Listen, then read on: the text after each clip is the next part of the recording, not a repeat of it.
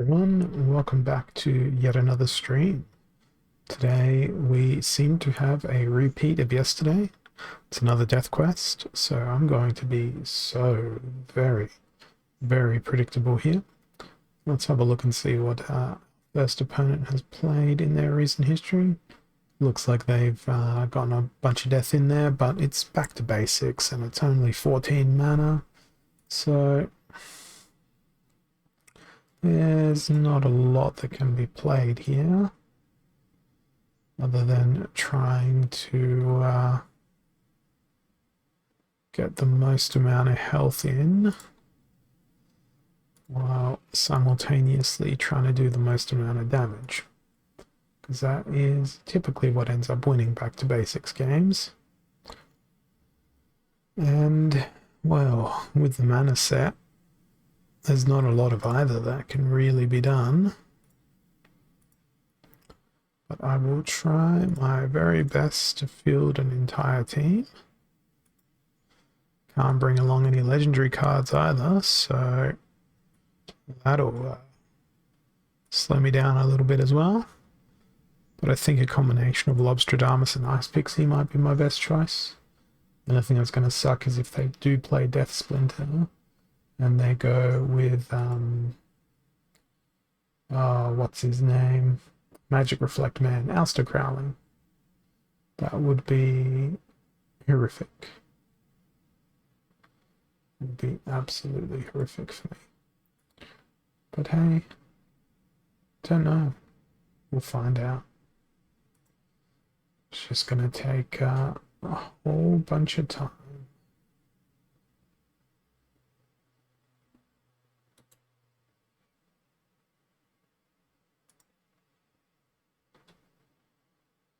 And what did they do? They went with Thaddeus. So -1 health, -1 magic.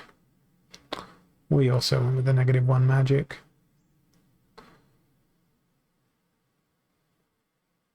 Got a little bit more health to play with. They've got what, 14 there. 17. No, I can't win this. Mathematically, I can't win that. And I was playing that to try and win that. But they had more damage and more creatures than I did. Therefore, they won. It's to be expected. Alright. What have we got now? We have Equalizer and Rise of the Commons. Good combination. Great combination for playing Lorna. So let's do the oh, there's only one weaken I can play. Okay, we won't do that. I might instead go for the vampire creatures. So search function's not going to work. Got to click in the box first. Life Leech. So we can go with a Sapper and a Bonesmith. And what have we got that does extra strengthen?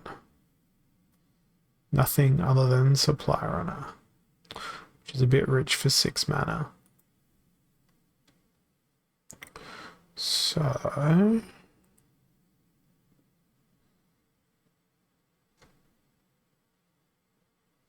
I'm thinking definitely gonna need an Affliction.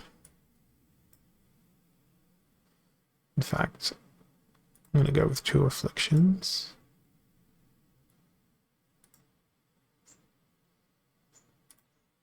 I'm gonna go with Haunted Spirit for my tank.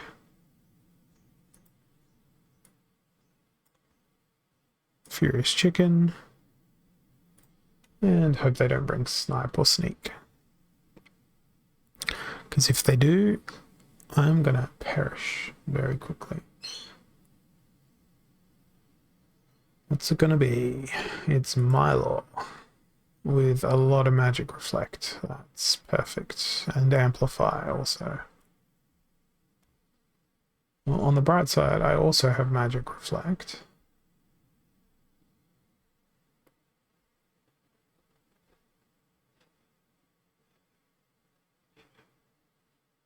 Afflicting my opponents early is pretty key here.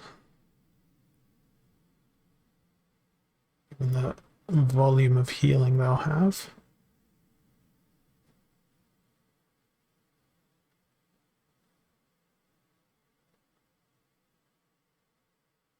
Ouch. Yep. There goes my tank.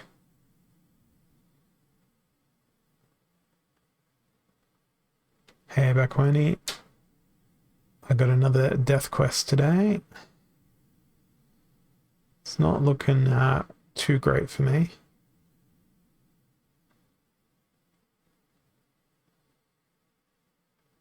Damn, the affliction is gone.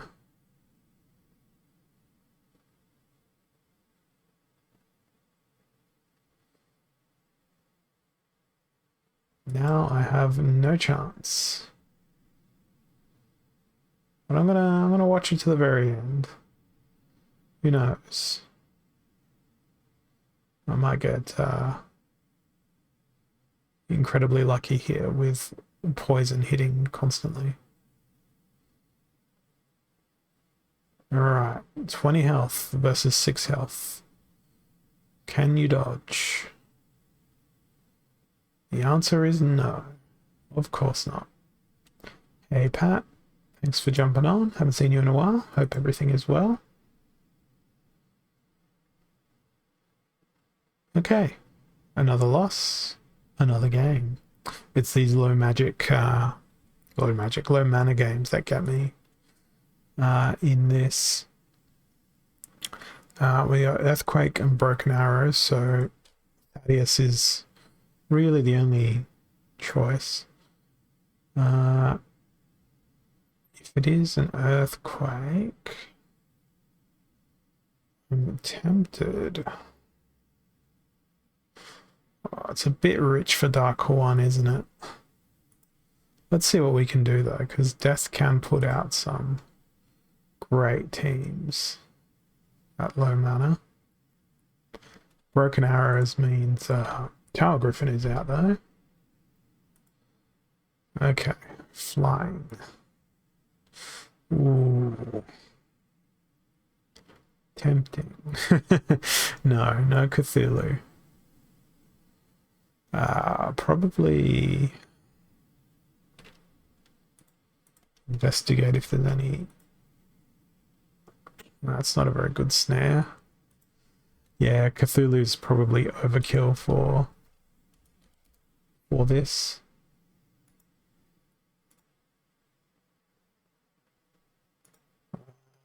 Why won't you fly? There we go, flying. Darker One is also overkill for this and is probably ill-advised. Probably better to use Riftwing in conjunction with a blind.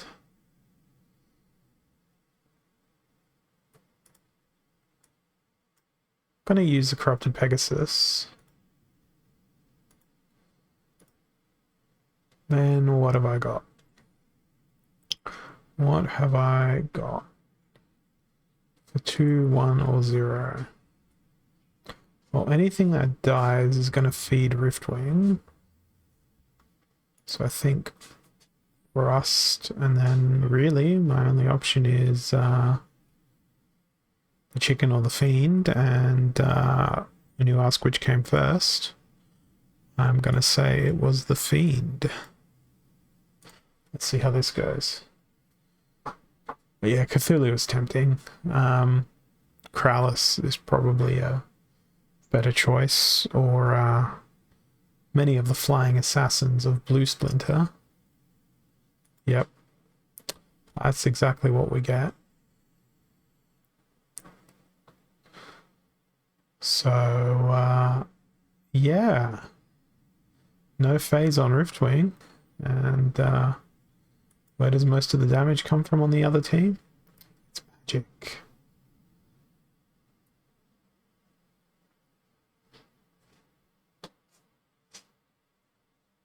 This is not gonna be pretty. The affliction is great.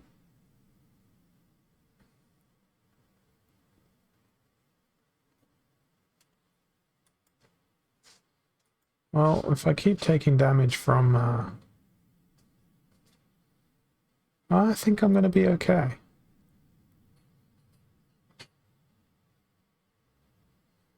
You look at that team comp and you don't think win. Pegasus just needs to hit that, there we go. That was a pretty brutal team from my opponent. Well, I think that's my first documented win using Riftwing. The Corrupted Pegasus heal on that at the end, up to 17 health, was pretty massive. And that was a pretty good win as well. 20 ranking points. Probably because I haven't won a game in a while. These wins that you see down here are from the Guild Brawl. And I'll have to double check and see whether or not I've got enough merits for a guild case. I think I might.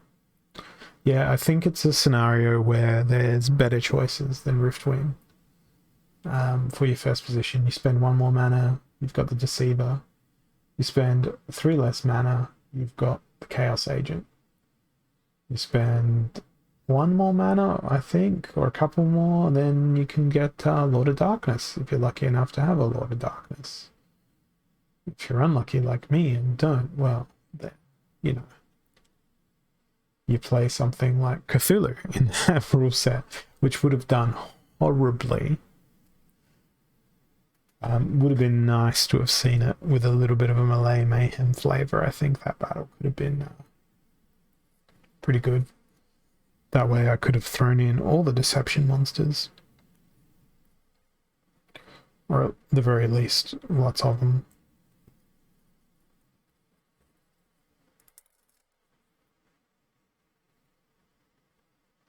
Waiting for an opponent. Seems to be taking a while.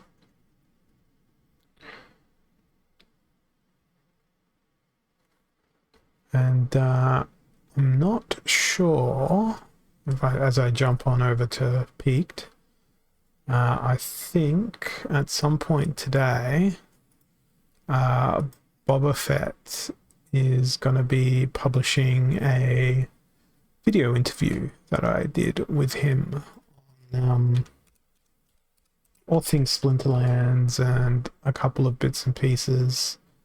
He's done some previous ones in the past, but my understanding is later today he'll be publishing a interview with me where I talk a bit about Splinterlands and we focus on the Death Splinter a lot. I think we talked for about an hour. Boba Fett. I will pop his link in there. It'll be on his blog. I'll reblog it when he does post it.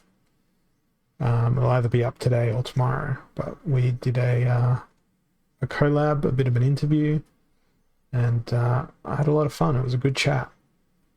So keep an eye out for that if you want to like delve deeper into my psyche beyond what I show off on these streams. I'll reblog it when it does come out. Alright, what have we got? We have, I don't know why, but I have a desire to play Harklaw for this rule set. It just seems to be an irrational must Harklaw. So I don't know what that voice is telling me or why, but I'm going to. And is there a reason why my Pegasus is invisible to me? Yeah, I was looking in the wrong spot and I had the wrong sorting order down here. So shouldn't be too afraid of a lot of things here other than the infinite repair life spammy stuff. Although I seem to be setting myself up for a fairly similar team comp. What do I want of this battle.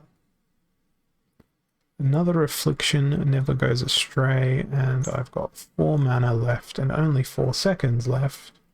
So I think I'm going to go with triple affliction, throw in the Corpse Fiend, and hope for the best. I've put the Shadow Snitch in with double reach. Who knows how this is going to go? Well, here is hoping that my afflictions do something of consequence here. Hitting is going to be a problematic venture. Well, there we go. First hit. Afflicted. Just need to repeat that a couple thousand more times.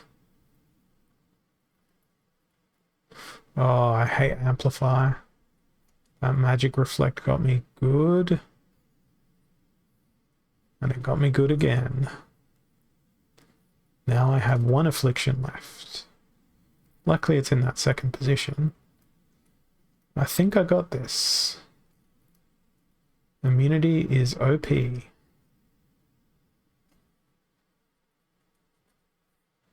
Because if they couldn't kill Harklaw before, they definitely won't be able to do it now when there's even less damage in their team.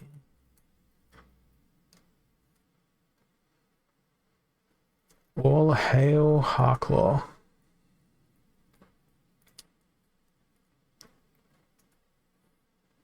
They just couldn't get to that corrupted Pegasus. There's an affliction. Get a taste of your own medicine, Dr. Black. Enjoy. Very nice. I quite enjoy that little immunity plus heal. It works out really, really well.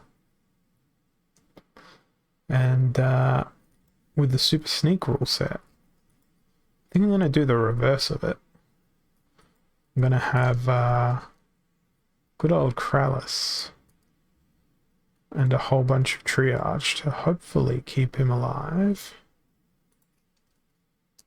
Or rather, keep it alive. And I know this isn't Death Splinter, but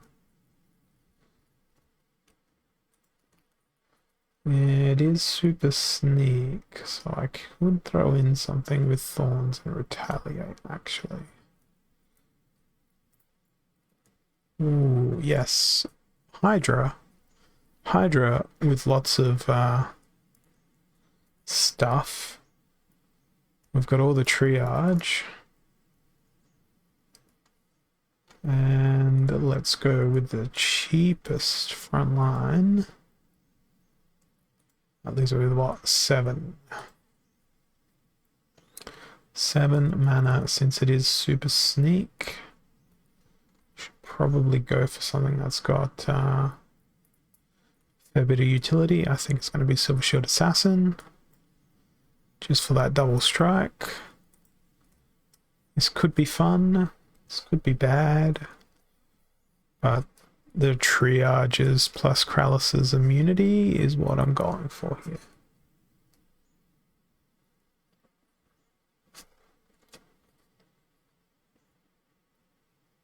Because it's very rare to have a sneak affliction. I don't know how Super Sneak is going to influence that, but I wager I'm about to find out.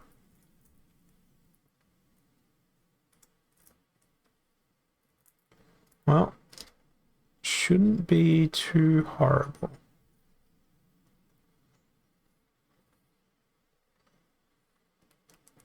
Apart from the fact that it's almost immediate decimation of my front line there.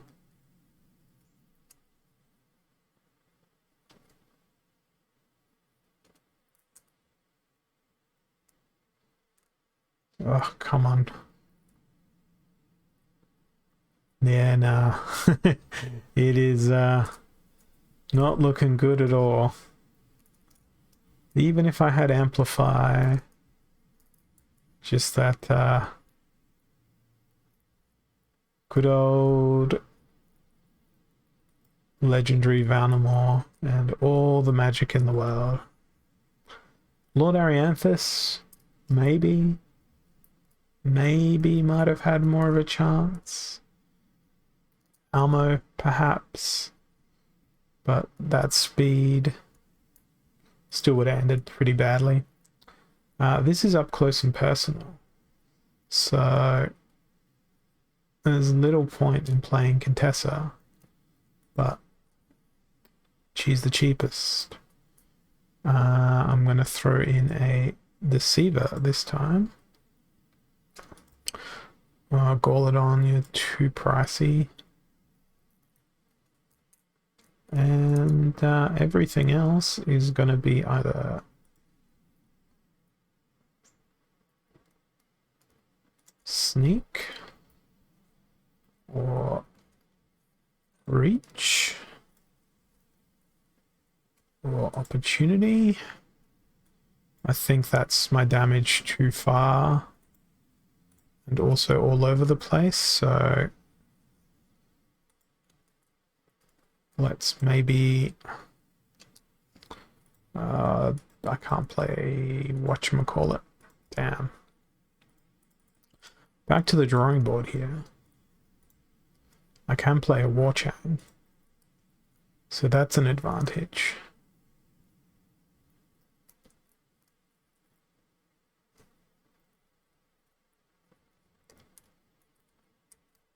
I think this is better than Zenith Monk, which I was considering for a few scant moments.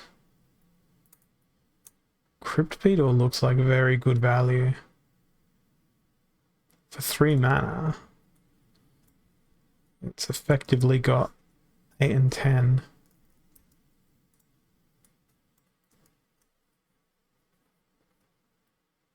Yeah, it looks like ridiculously good value. I'm going to go with Crypt Beetle. Sorry, Pelacor Deceiver. 3 mana left. So, well, the zeros. I guess it'll be a single sneak, but at least it'll be a sneak with poison. Not sure about this.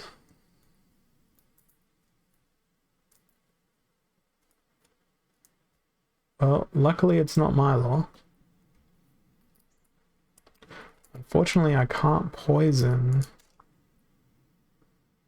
Harklaw, and the only thing that I can do damage to Harklaw with is my Warchang, and Warchang is going to get destroyed by poison.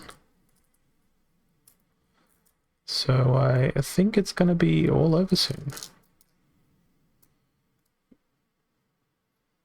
They played it well. That Crypt Beetle has stood up really well. The Demoralize plus Zintar got in under my guard there. Yeah, it would have also been good for Mylor, but I'm a bit grateful that they didn't do that. Alrighty. 34 mana cap and evens. Well, I think it's going to be me play Magic Reflect, me play Amplify, me play Magic Damage. That's going to be my plan.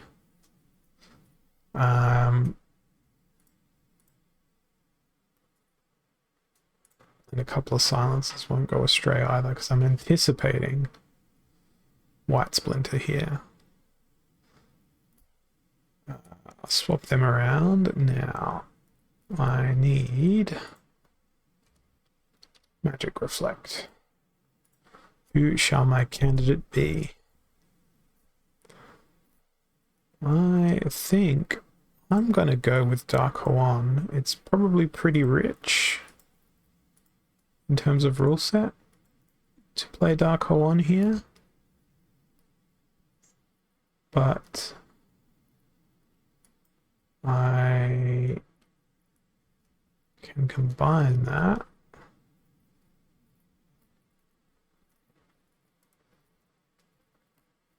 debating over yet another affliction or the shatter, because life splinter is a possibility. So I'm gonna go with the shatter and see what happens. It's not often a life team plays Magic Reflect. Okay, it's Mimosa. So we're on pretty equal footing here. He is hoping I can connect with a affliction. That was a really lucky miss. That was not. I am screwed. There's the affliction. It's a little bit late though.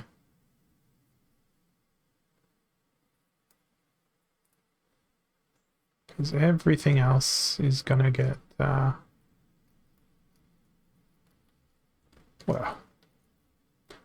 you just need to watch and see.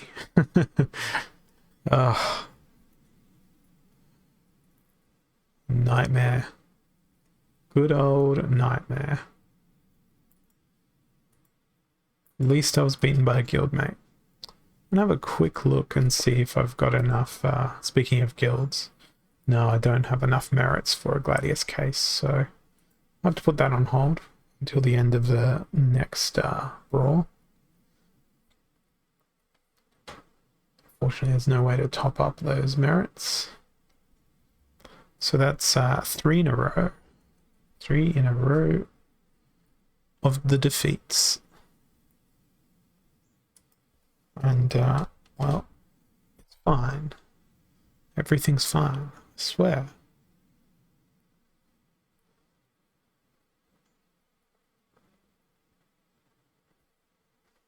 Maybe, the hero I need is Almo, as per this tooltip. Monsters with phase. I mean, I did just get destroyed by phase. Thanks, Nightmare. With the missing magic.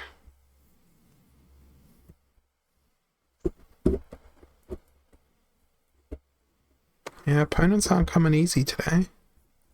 I'm guessing not a lot of people are queuing up.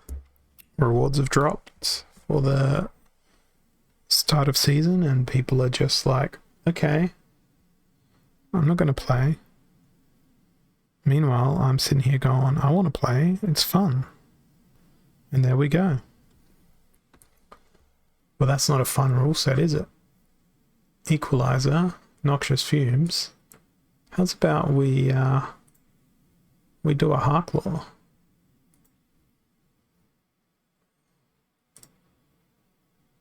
Actually, damn, life splinters out. It's probably too low mana for that anyway. But I'm now curious what else has immunity that is... Actually, no.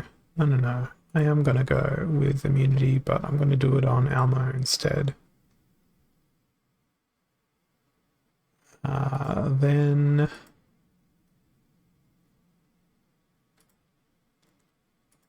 Dr. Blight, because opportunity, scavenge, whatever it's called. Scavenge is the more accurate term. I should be playing stuff with 0 mana right up in the front, because it's gonna last a long time. Shadowy Presence. Halfling Alchemist. This is a team built to outlive the opposing team, with Almo being the outliver.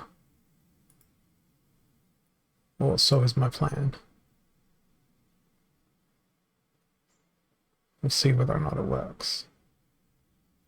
So now a short, run away.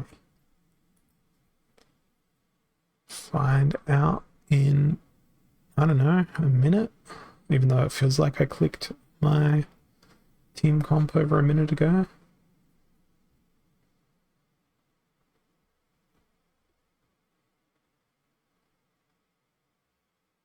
I almost feel like I should be curating the Splinter Talk stuff while I wait.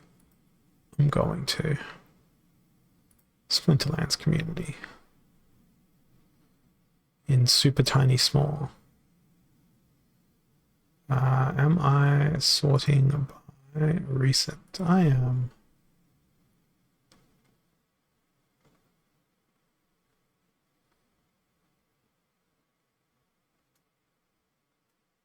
Splinterlands memes. We'll go have a look at those.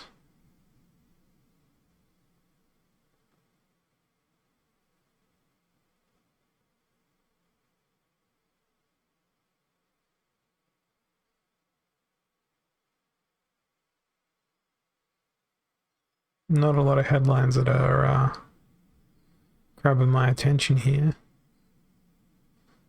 Thanks for the follow for N7ON10 __ exclamation mark. I don't know if that's meant to be a actual word. Antonio. It is. Hey Bordell, welcome back.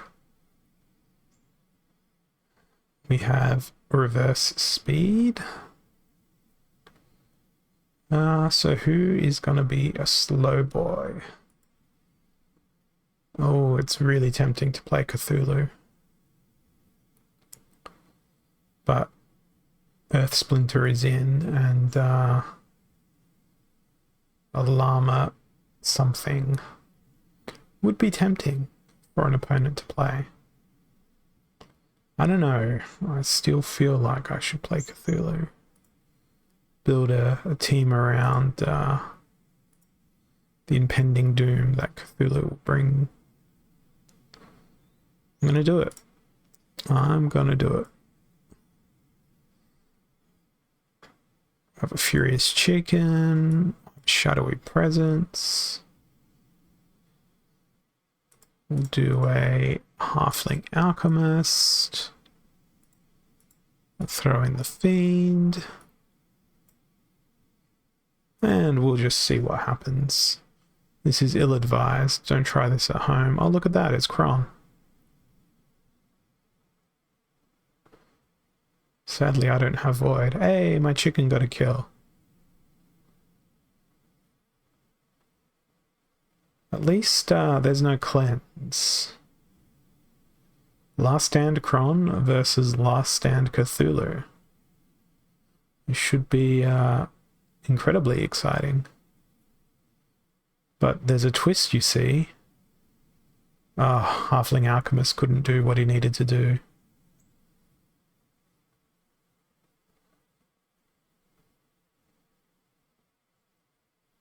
The stun is great. The cripple is also great.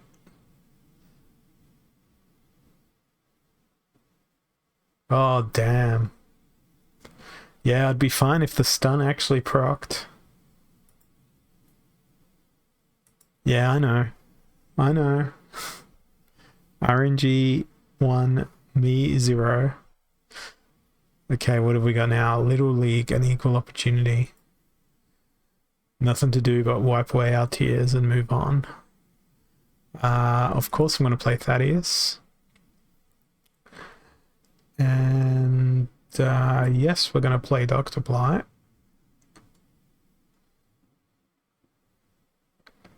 We'll go Spirit Hoarder. In fact, I'm going to do a thing here where I'm going to cram as many legendaries as I possibly can into the team. Although that may be a terrible idea given the fact that the rule set is equal opportunity. So I want to actually select things that have more than Chaos Agents level of health. I think Dr. Blight might end up being the exception here. Yes. Yes, he is. So, well, let's go with a reach and a dodge. Also noting the 7 health. Bonesmith should be able to avoid any opportunity. Go with Tower Griffin in case. And I think Soul Strangler. Just for the double poison. Yes, he's got 4 health. But if they've all equally got 4 health, the opportunity should go for the front row. With 4 health as opposed to anywhere else with 4 health. At least I think that's how the mechanic works. In any case, about to find that out. Oh no, Soul Strangler has 3.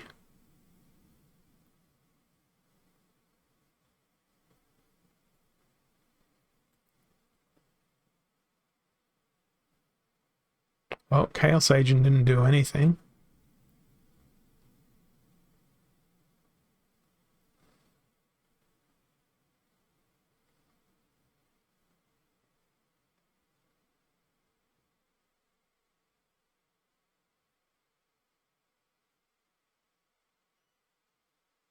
And now we can't even dodge.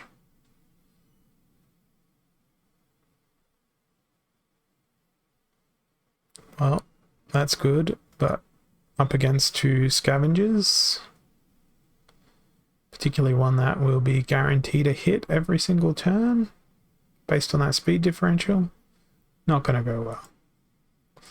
Man, I'm salty now about that Cthulhu versus Kron. So salty. I had to read. I read the chat again back when with your remark. I thought you had this. Now I'm more sad and nostalgic at better times when I thought I had it. But that's the way the game goes sometimes. Alright, while I wait for that battle, let's see, are there Splinterlands memes? They're in not English, so never mind. Let's go back on over. Yeah, the good old days of mere moments ago. Those were the days. Those days of 14.5 seconds in the past. Nostalgia runs at a blistering rate these days. An absolutely terrifying rate. Nostalgia picks up and it just sprints off into the distance with your dreams and your hopes of stringing 2 wins together at Splinterlands. But I might get there. I will get there. Persistence is key. There's one thing that I am. It's persistent and annoying. Well, it's 2 things. But that's part of the reason why I'm annoying. So probably I'm just one thing, annoying. We've got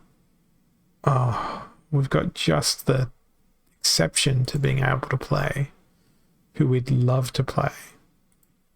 So instead, Riftwing gets a ring in. And I don't know who else I'm going to play with Riftwing. Probably Tower Griffin because it's Tower Griffin and it's Earthquake and it makes sense. We'll toss a Grenadier in. What else can fly or hover or pretend to be part of some sort of military force? I think Dr. Blight might actually be a good fit. And then we'll throw a Corpse Fiend in just to act as a bit of fodder, feed the opportunistic Riftwing, and I really hope my opponent doesn't bring a snare, but it's very likely they will given the splinters on offer.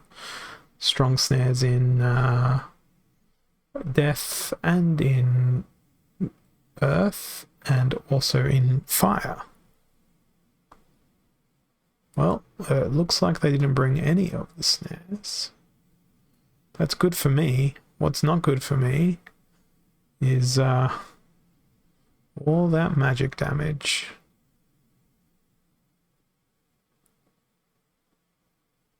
Hey, backfire did something. Hooray. Bye, Riftwing.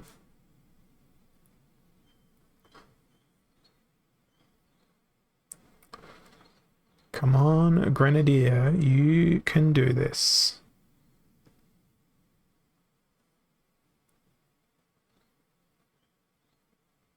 No, you cannot. I should still be okay. Dr. Blight will be able to scavenge his way to victory.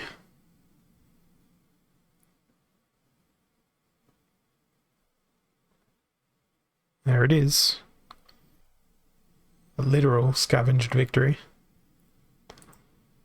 Pretty good ELO points off of that one. Nowhere near putting me back into Diamond 2. I'm anticipating a win streak here of another one in a row. Ooh, this feels like a Cthulhu game. Only because I can't think of any other stuns. Why would I choose Contessa? Yeah, Cthulhu. No, he's a really slow stun. Makes no sense. What about other stuns? Stuns of the Death Splinter. A cautionary tale of playing for the rule set. That snipe is really bad. Unless I find something else that also has snipe. And we try to capitalize upon the snipe knockout. I don't know, it feels risky. Still gonna do it. 5 mana left. I wonder if my opponent would expect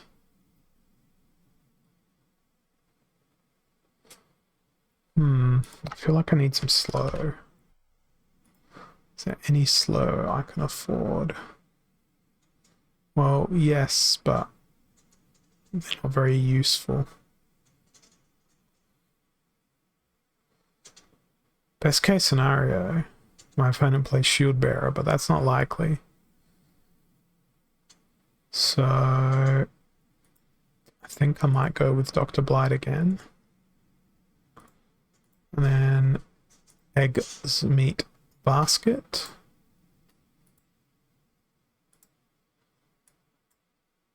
I'm still sad that I didn't play Cthulhu. But it is what it is. I think I have some water in here, but it doesn't look like I do, Wyvern, so I might have to get up in a second. Yeah, I needed more slow than that.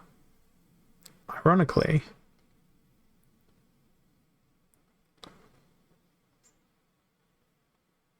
damn. Yes, ironically, damn. That Hydra at the back, just sitting there, watching, waiting. Ooh, that was a good stun. Come on, Rex. Come on, Rex. Oh, no. Okay, I'll take that. I'll take that victory. Alright, well, let's claim this reward. Then I'll go grab a drink. And then I will return and play a couple more matches because I got that quest over and done with in less time than I thought I would. Pelacor Mercenary. 9 DC. Exploding Rats. Pelacor Mercenary. 24 DC. 11. 8. It's a weird way to count. 11, 8. Lava Launcher. An Alchemy Potion. And a Legendary Potion. That's okay. Lava Launcher MVP there. be nicer if there was a couple of other bits and pieces.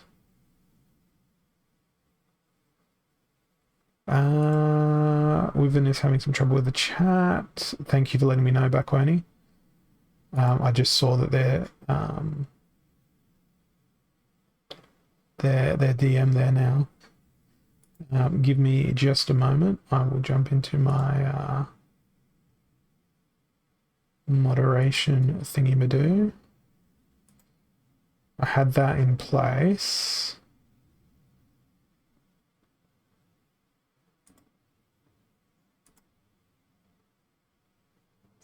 All right.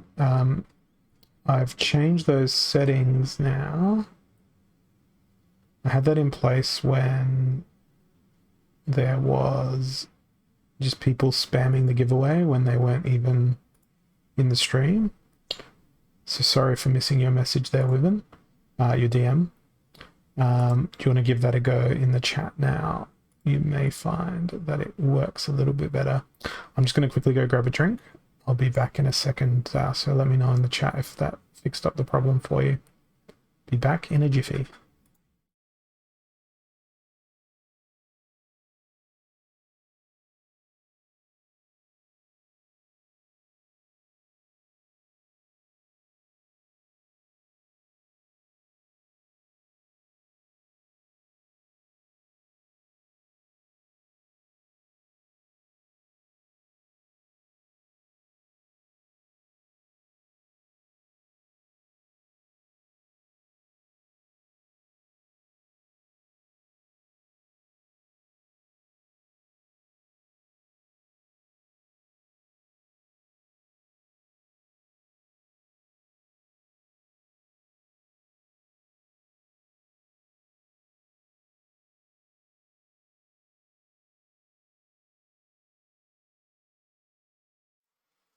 Okay, I'm back.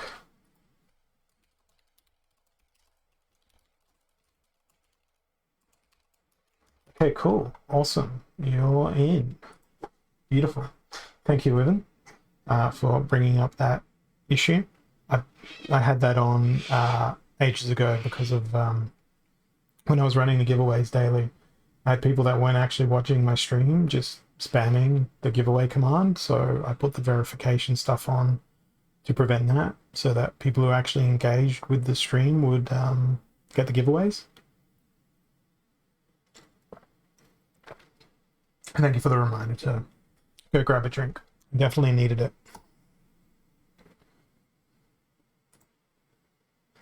All right. What have I got now? Reverse speed, an equalizer, and it means I can choose whatever splinter I want because death is dead to me for today. I've been playing death for 2 days in a row. We've got that blog post due to go live from Boba Fett at some point in the future where I discuss death for like 2 hours with him one-on-one. I'll make sure that gets out there in the wild when he does post it. Anyway, reverse speed and equalizer.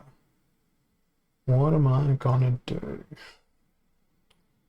I am tempted to play Daria just because she can hit hard. That's the wrong sorting. And everybody likes a frost giant. I don't know that everybody does, but I love a frost giant. It's not an enormous amount of mana left to play with. Yeah, I'm sorry I didn't see my DMs flashing down at the bottom of the chat there as well. I've got my Twitch chat on my second monitor, and it is vertical, not horizontal. And I had the chat window down, hiding the send a message tab, so I couldn't actually see the pop-up for the DM, but I have fixed that now. So now I can follow along. It's all about continuous improvement, these streams. Whether it's making the audience happier or being able to engage with you guys on a better level. All right. I have just been building a team here, apparently at random.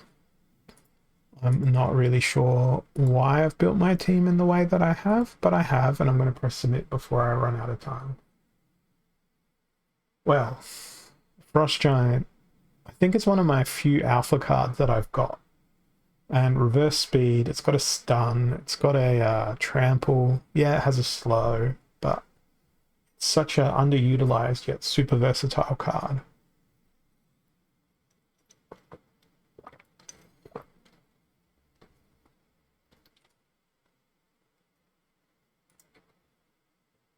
I'm going to reject your request there with them so you get the channel points back on your demand for me to hydrate. So I can sometimes be a nice human being. Sometimes.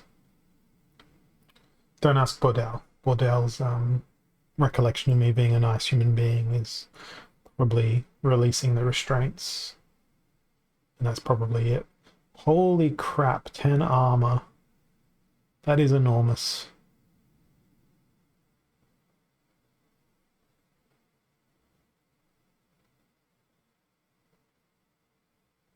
But I've got faith. I do like the fact that both teams went with a Gloridax Guardian.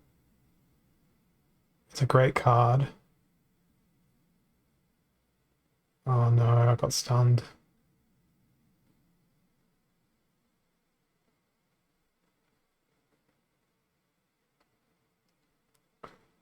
Yeah. At least my affliction is hitting. Imagine how much worse I'd be doing if it wasn't for Torrent Fiend. There'd be an extra 4 damage per round stacked on.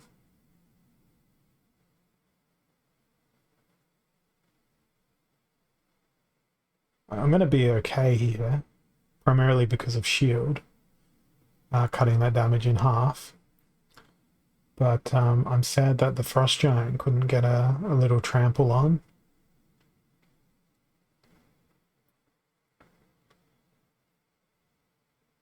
I just want to take a moment while we're watching this to appreciate the artwork on Gloridax Guardian.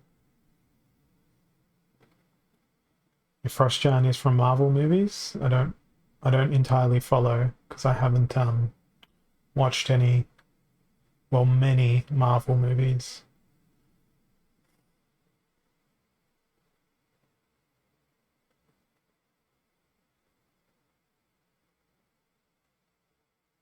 I think I've watched them inadvertently when my wife has sort of been like, let's watch whatever. And I've been like, okay, very well. I like, oh, right, okay.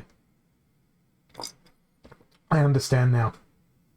The Norse gods, they're all technically ice giants. We got armored up, broken arrows, or rather, you know, the whole thing of Ragnarok being the ice giants will come and bring an end to Norse mythology and all that sort of stuff. I've got to see what my opponent had played recently. So back button, refresh button. Daria, Jotun. He's not going to play Jotun in this rule set. He better not play Jotun in this rule set. Right, okay. Would maybe help if I used a return fire? Or no, it's broken arrows, so I don't need to worry about any of that crap. Instead, let's go Thaddeus and do a Zenith Monk. And throw an affliction in behind that, and then 0+0. And I'm just going to hope for the best.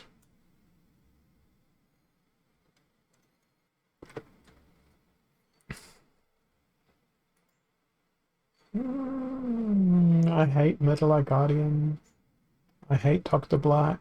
I'm going to get hit by affliction. First go. There it is.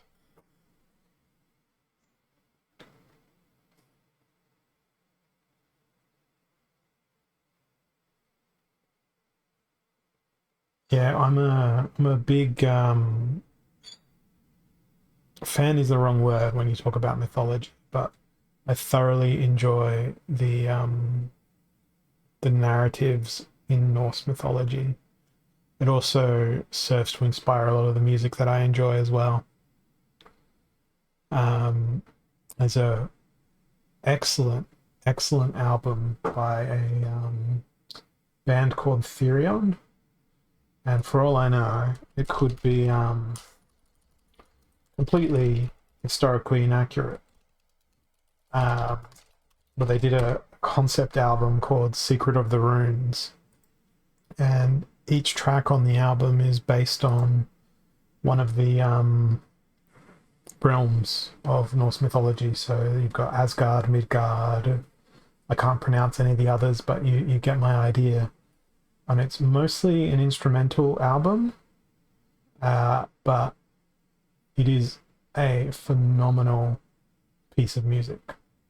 The whole album, like start to finish, the level of technical sort of integration between all the instruments that are used, it's just ridiculously technical, and I really enjoy that about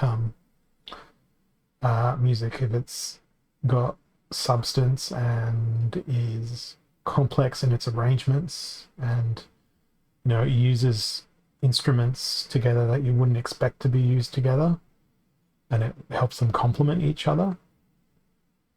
I'm not a student of music theory or anything like that. I think Bordell could probably tell us a bit more about that if they're still watching.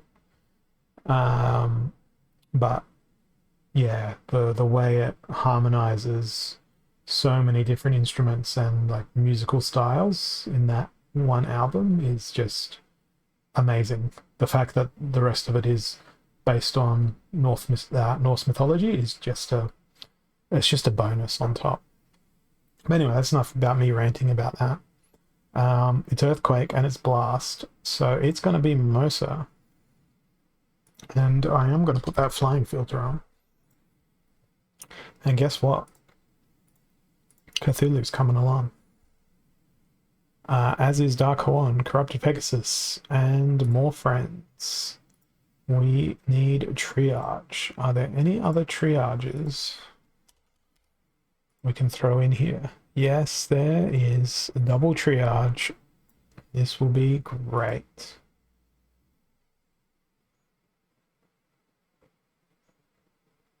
Oh, I'm not sure if it was a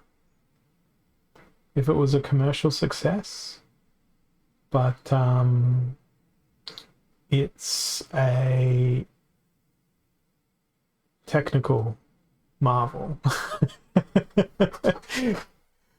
And you're not wrong, stuff that has like legitimate academic and sophisticated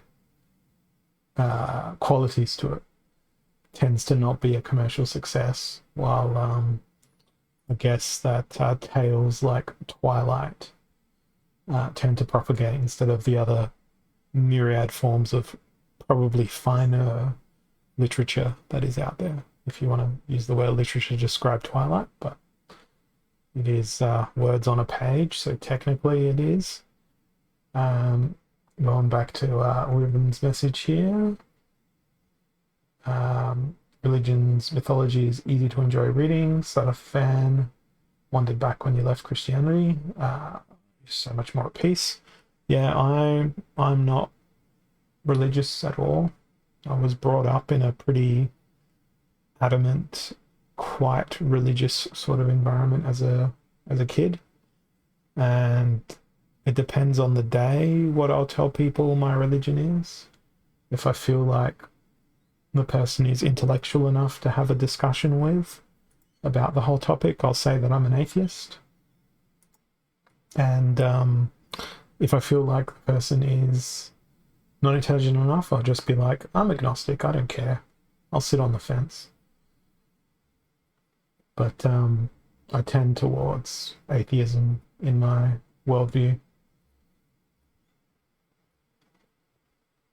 Basic rule is to not exceed 3 notes, at least not too often in one song.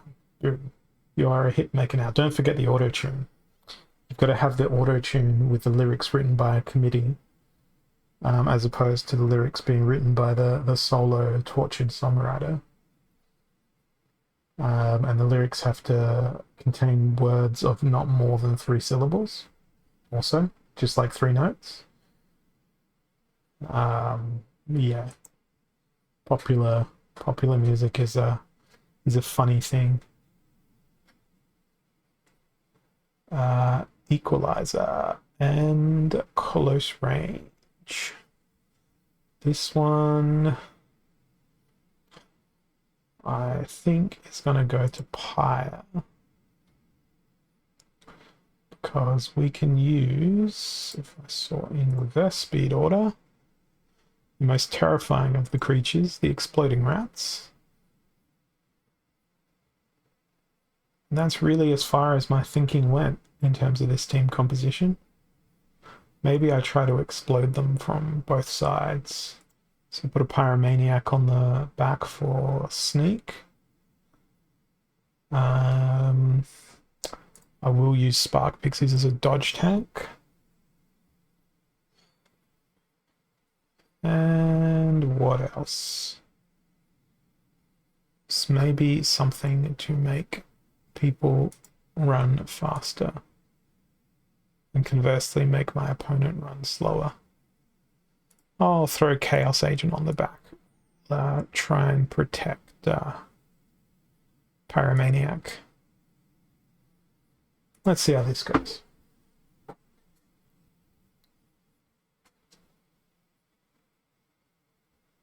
What's gonna happen? I don't know. But I get a feeling that I'll be attacking second, because even when I try to pump up my creature's speed like this, I always tend to be slowed more than I sped up. Yep. Same thing. This guy.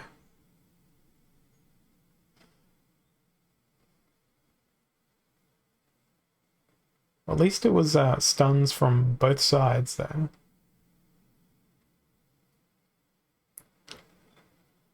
Oh, why couldn't you dodge tank? Alright, it's all on you, Flame Monkey. Alright, it's all on you, Pyromaniac. It's all on you, Chaos Agent. Oh well, at least it was a loss to Ashen. Get to the chorus within 10 seconds of the start of the song. I wish politicians could do that. And they spend 14 hours gesticulating madly, saying, this is what we need to do, and blah, blah, blah, blah. No, I did not do this, and no, I did not do that, and I don't recall this, and I don't recall that. Just tell us how you're going to screw us over and get it over with, and then leave. Because the tomatoes in the garden haven't grown back from the last time I picked them in order to throw them at you. So please, hurry up. Unless you're going to speak for long enough that the tomatoes will sprout forth from the ground, grab the thing, and I can hurl them at you.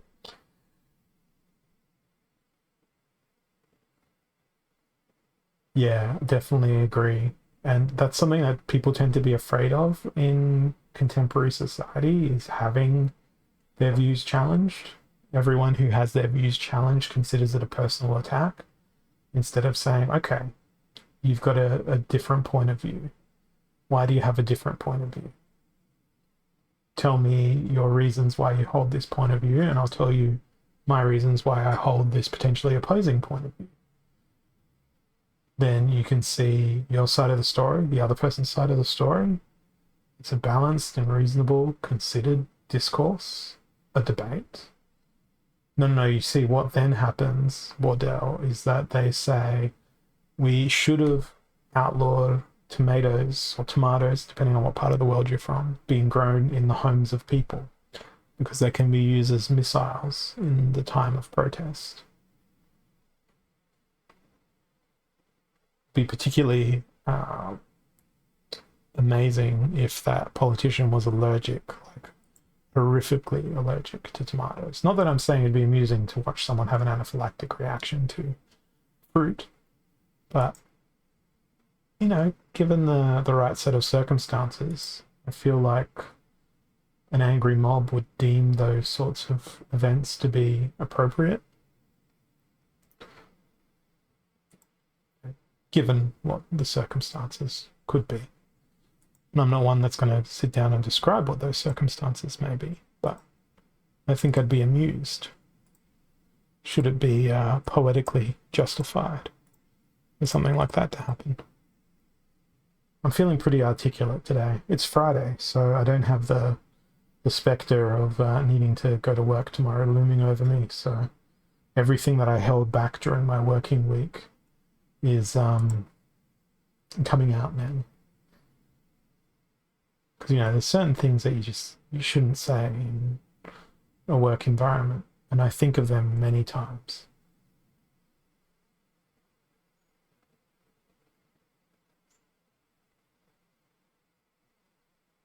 And I don't know if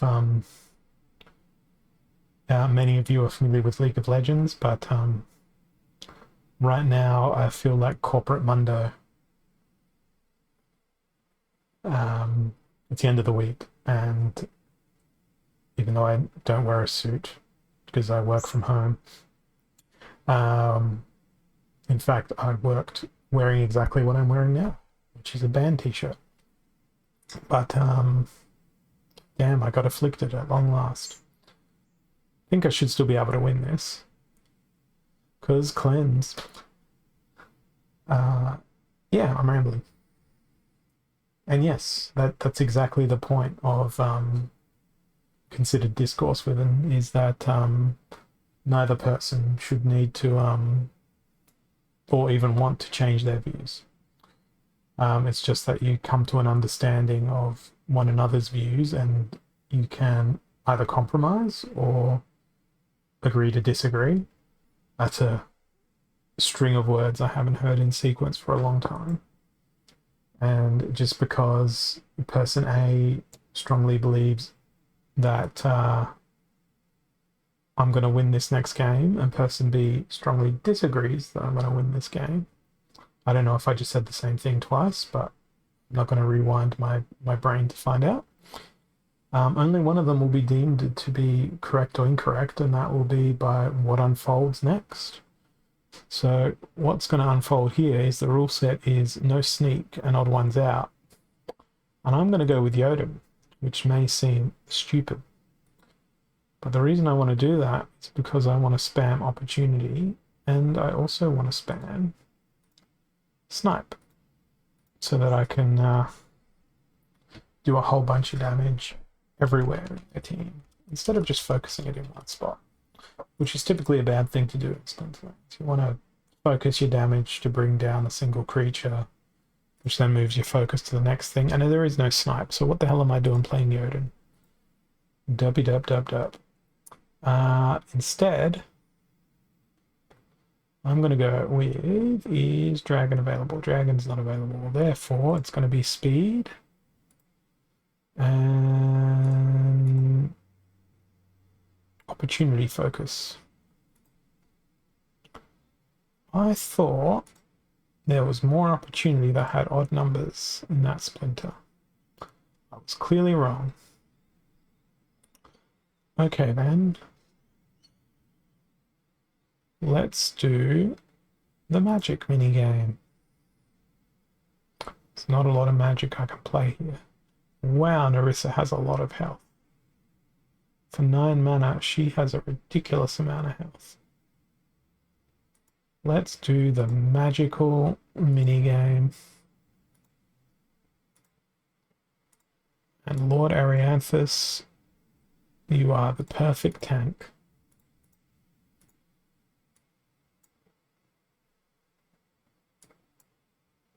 Right, what can be our little stopgap? There we go. Let's see how this goes. Hey, Maui.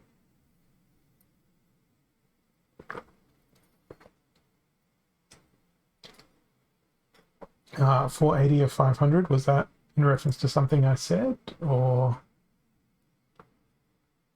And they've also gone with Arianthus as well. Their blast is going to hurt. It's going to hurt an awful lot because it's going to take out my Chaos Agent, not allowing them to do things that they do, which is dodge. Then the rest of my team is going to slowly but surely fall apart around them.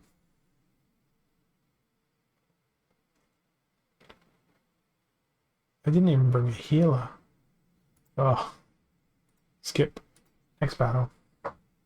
I did see your El Drinko message there, Maui. Oh, sorry, Bakwani. Wow, brain reading. Name dyslexia. Okay, we have odd ones out and silent summoners. Odd ones out again. Or twice. Feels like a mission for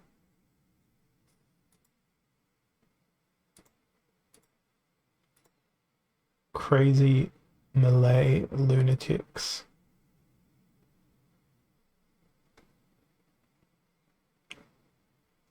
But I really wanted to use Hydra. I really do. Really do want to use Hydra. I'll go with Centauri Mage, which means I'm going to need some armor, which means Spirit of the Forest. And then I'm free to play whatever the crap I want for that last slot because there's still 14 mana left. And there's not a lot that can be played.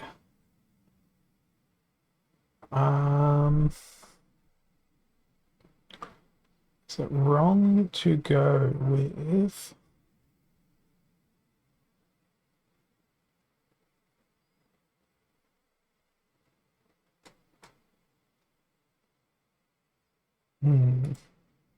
can't play Queen Mycelia, so that leaves me with no cleanses.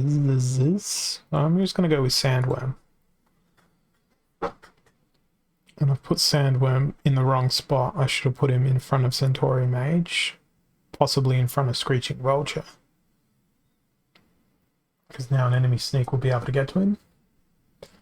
And I'm really afraid of Shieldbearer here. Also, wait, Silent Summoners, so Jotun's not a thing to be afraid of, but Valnamore is. There's everything to be afraid of here. While I wait, let's refresh this Splinterlands community. Make it nice and big to see whether or not there's anything interesting. Nothing new.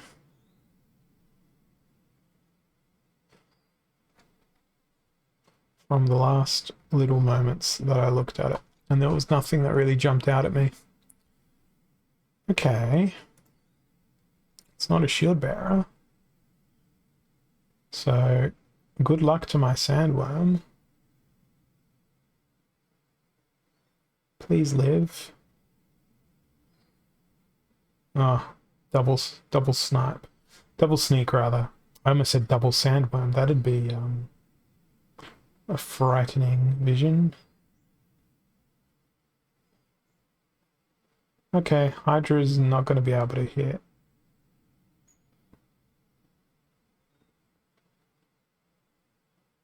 And bye, little healer man, healer lady.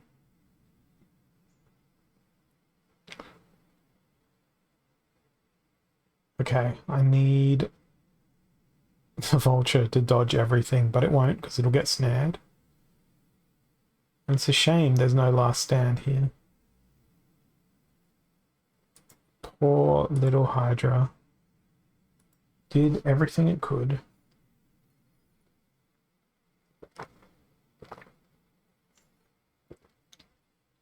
Alright, what is next?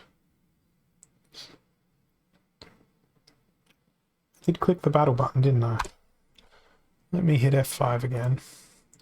And just quickly jump into here and re-engage my Rising Star. There we go. Easy peasy 004. I wonder if it will be easy peasy. Not with their history of playing Mylor. At least they can't. What's in their dragon setup? Lots of sneaky sneaky. But they can't do the sneaky sneaky because it's Fog of War.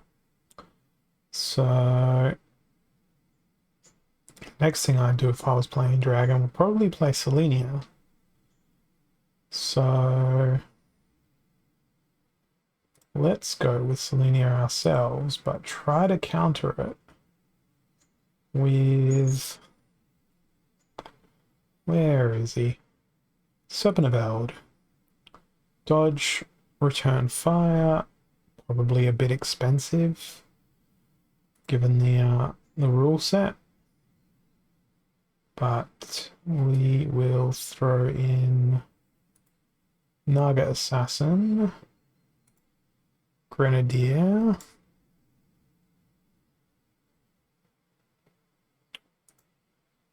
running out of some options, and Torrent Fiend and Chicken. Let's see how this will go. The idea is to use superior speed. And it could maybe work. I'm really glad Serpentaveld doesn't have flying.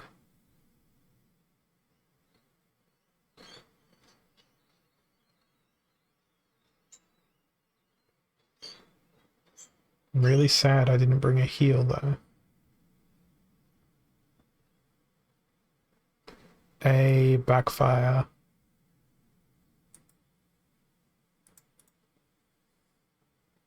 Yeah, Naga was in second position for anti-snipe and also to act as a bit of a dodge tank.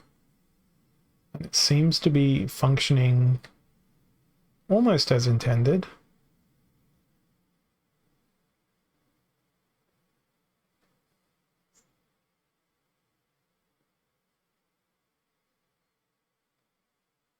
At least I predicted their splinter pretty accurately and accounted for it well. So that was easy peasy for me.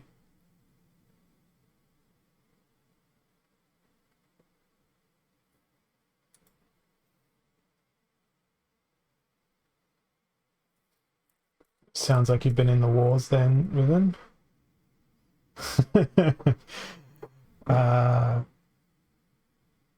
Snowstorm, yep. I haven't really experienced many of those down here in Australia. I remember when I was in the States, there was a whole bunch of snow, and I thought I'd try and be helpful. Went outside, shoveled snow out of the driveway to allow the car to get out. And then as soon as I finished shoveling the snow and went to go back inside, along came the snowplow. Someone called the Guinness Book. Yep. Pellicore Deceiver, eat your heart out. Little Naga Assassin. She did an outstanding job there. We got healed out for this rule set. I don't think I can pull off another backfire like we just saw. But I think we can pull off a lull you miss.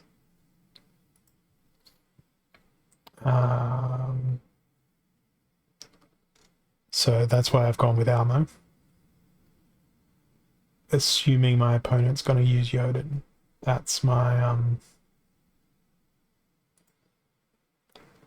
guess here. So I'm going to stack opportunities. Is there anyone with True Strike? Not that costs 4 mana. Wow, Blue Splinter doesn't have anybody with True Strike. That feels like a gap. Because I want True Strike to be able to work on a Spark Pixies or something like that. So I'm going to go Wizard of Eastwood because that flying Tower Griffin always gets me when I play against these teams. Let's turn off all those filters so that Almo will actually appear. There he is. Oh shit, I don't have much time to actually pick my team now. Crap. So now it's going to be rushed instead of considered. Crap.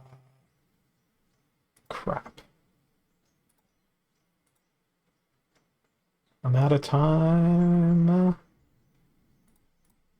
Crap. Crap. 3 mana. Sure. Let's see. Did I get in the grace period? I got in the grace period. Yes.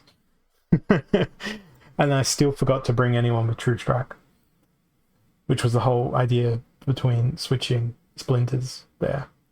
And hey, it's not going to matter because I'm still going to die.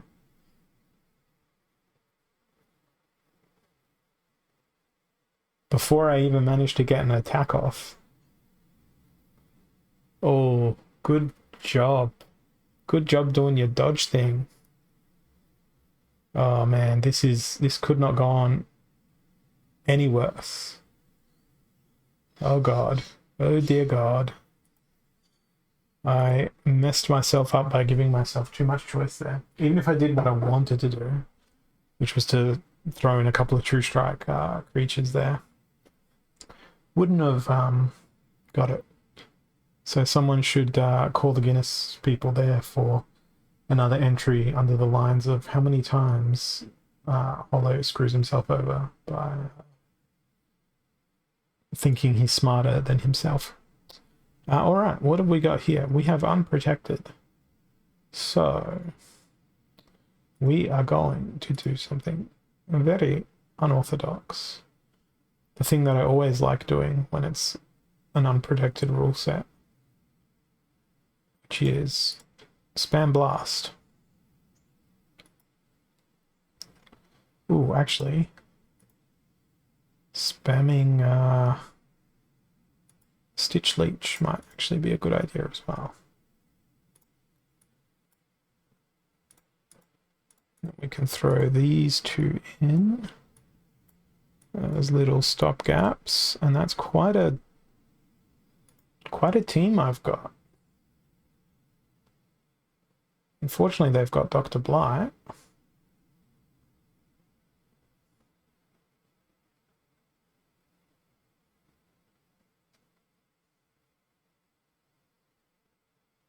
Which is goodbye to Blast the First.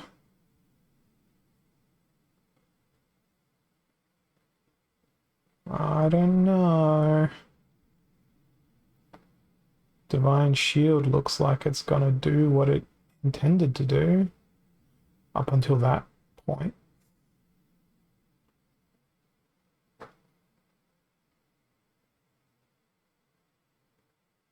This is gonna be okay. It was down to the wire, but it was okay. And a gold foil Stitch Leech remains around. I wonder if the lore of the Stitch Leech talks about them being used in primitive surgery. I hope so. Spreading Fury, Noxious Fumes. Okay. Do we go for speed and immunity? Well, that's not how you spell immunity. Immunity. Speed and immunity. And I've got the feeling that this is just going to be the try and outlive your opponent minigame. So that's exactly what I'm going to go for here.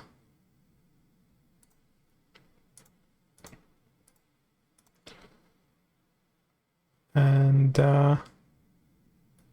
see what happens with that.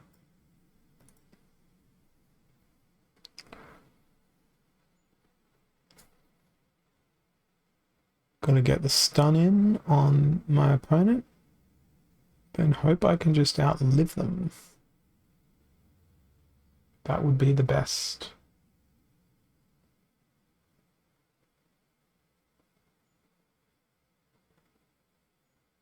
I hope so, Ankiller. I want to get back up into Diamond too.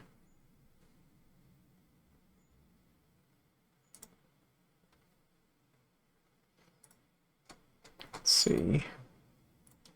Any new posts? No.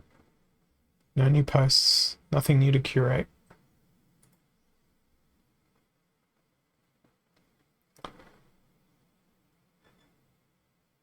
I'm lying in wait for quite some time here. I may be suffering from a starvation or some such. Probably, but that's scary given the fact that there's one splinter choice. At max, maybe 5 summoners to choose from. I think I might win by surrender here. By me clicking the surrender button. Haha, fooled you. No, I'm not going to press that button. Alright, here we go. Interesting. Cthulhu. There's their immunity. I think it's going to be okay because of return fire. That enrage looks pretty freaking intimidating though. Look at these two.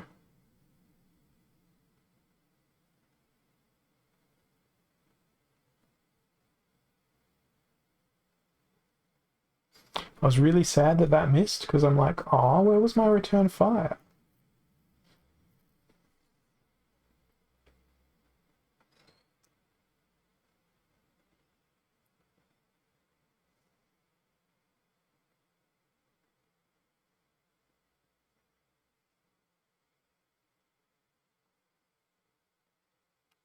Well, this is not good. That was actually really well thought out. Using fast creatures that would get impacted by enrage, simultaneously they wouldn't get healed. That was something I've not seen before. I was very smart. I was making truly the most of a bad rule set. Keep your distance, 19 mana. It's gonna be good old Selenia. And we're gonna go with fire. Spark Pixies. Naga. The Chemist. The Chaos Agent. Okay. 7 mana.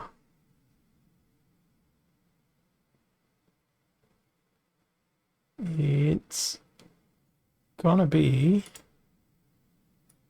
a Goya Devil. I'm gonna put them right at the back. Can't use any of the 0 mana stuff. Hoping for a dodge fest. See if Naga Assassin can repeat her prior performance, reprise her role as some sort of whirling dervish that catches arrows and propels them back at the enemies. That would be pretty fantastic. But we will see. It's taken a bit. I might go refill my glass and I'll be back in a few moments. Thank you for your patience.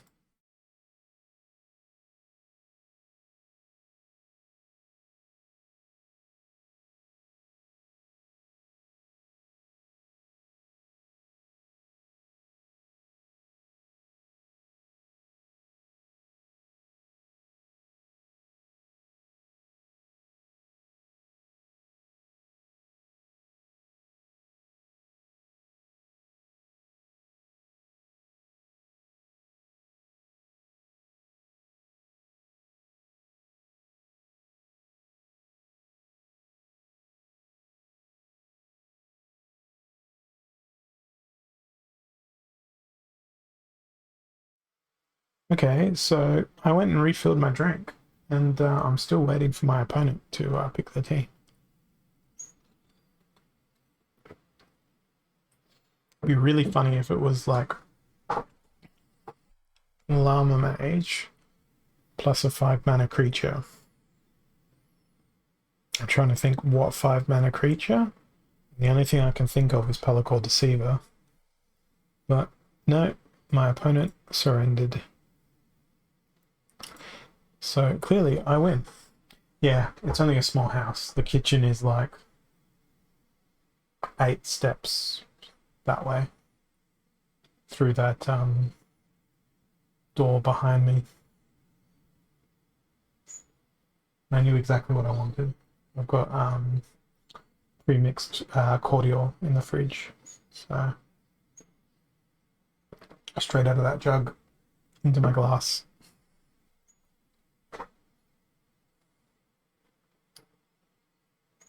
It wasn't a quick surrender though. It took them the full 2.5 minutes, plus that little grace period.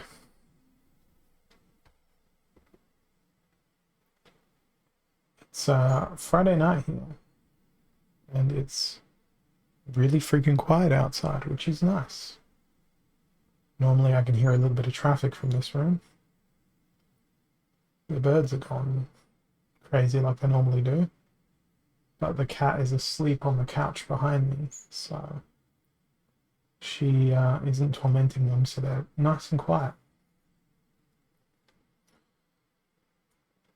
And for those of you who regularly watched my streams, Mia has not really enjoyed venturing on my desk since I rearranged it all.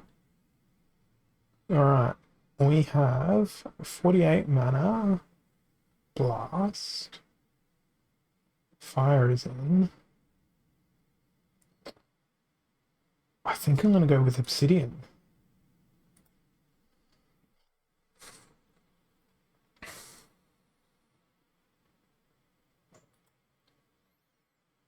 And no, not Minotaur Warlord. No need, because already there is Blast.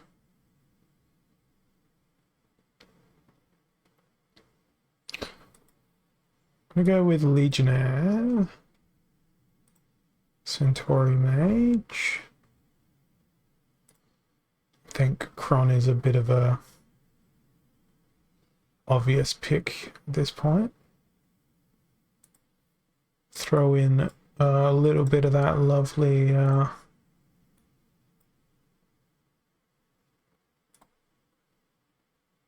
Affliction and see what happens.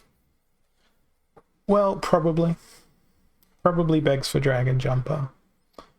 I've foolishly not done that, and there is your Dragon Jumper. Thank you for mentioning this. It's got his love, so clearly much superior player to R. Sadly, they didn't bring a silence, because that silence would have helped me cut down my Silic Slip spawn a heck of a lot quicker. It feels like I haven't had an attack yet, and I haven't, because I have 1 speed on all of my monsters here. Just 1 speed. 1 single speed. Ironically, I think I might be okay.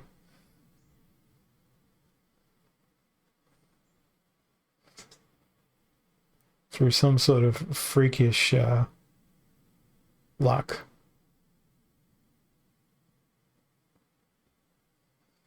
My secret is the repair on the Void Armor,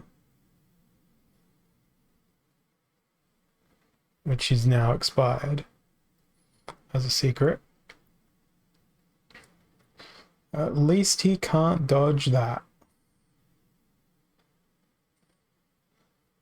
I'm okay. Wow, 8 damage on the last stand is ridiculous.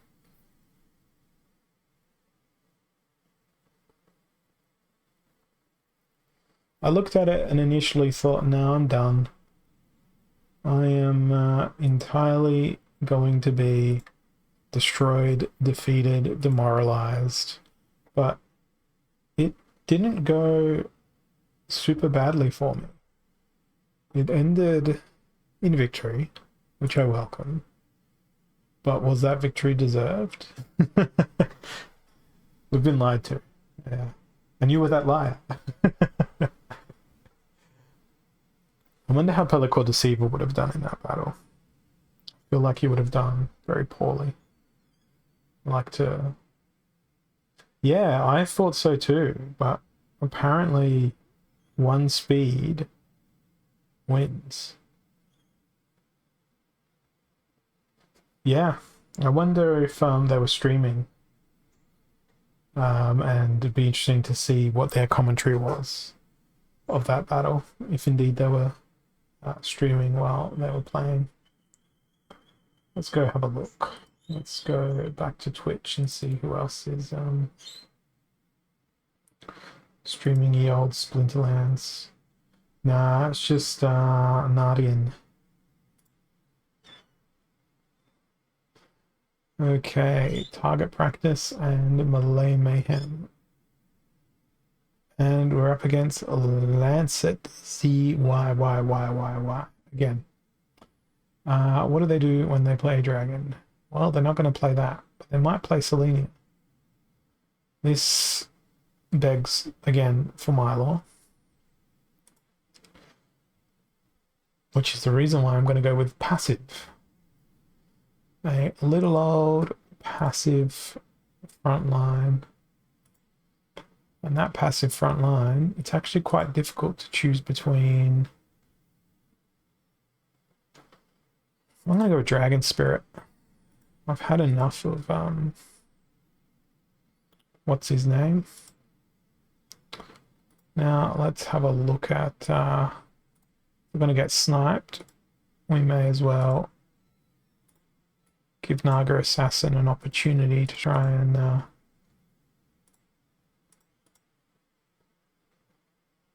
break through that snipe. And then if she fails, Earth Elemental can come along and heal, maybe. And if they fail, well then I'm just screwed.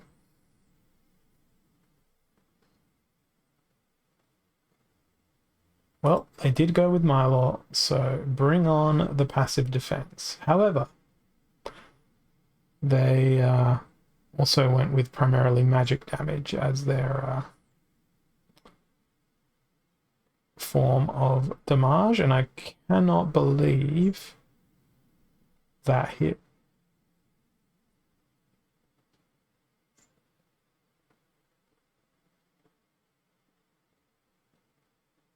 I will win, but I will win slowly.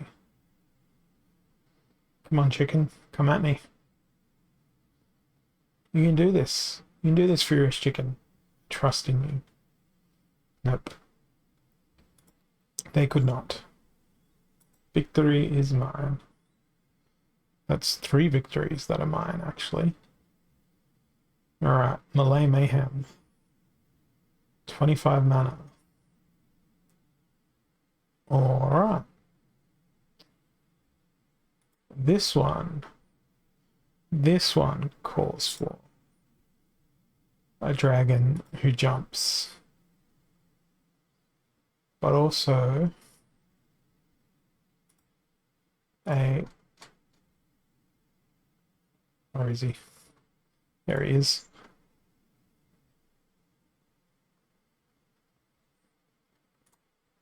A Naga Assassin.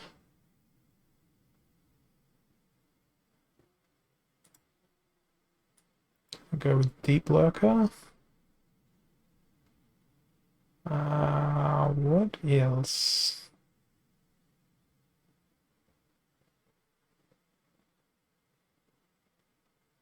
Oh, I'd love... Ooh, actually. Yes.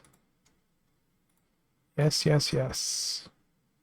Backfire in the front, backfire in the back.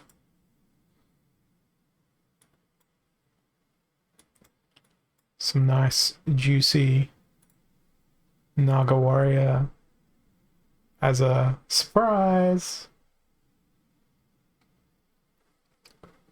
With a Dragon Jumper, a Deep Lurker, and a Naga Assassin. Oh god.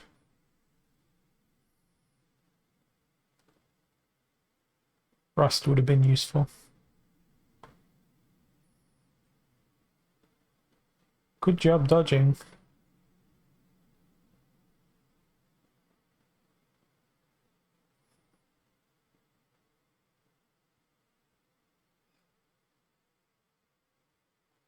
Have I ever mentioned that I hate Vandermont? I've never truly articulated how much, though. It's Melee Mayhem. Let's go, all magic. Great idea. Well, it did work. I'm just mad that it wasn't in line with the rules, you know? It was, let's do what we shouldn't do. Earthquake and Little League. Okay. Little tiny baby dragons.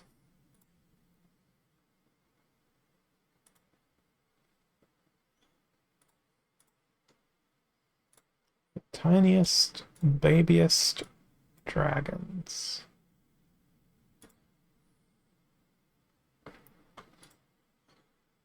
Tower Griffin.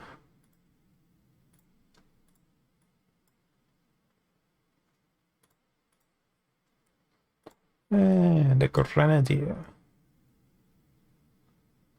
Okay. This feels like it should work reasonably well. Feels like. Doesn't mean that it will. Find out soon.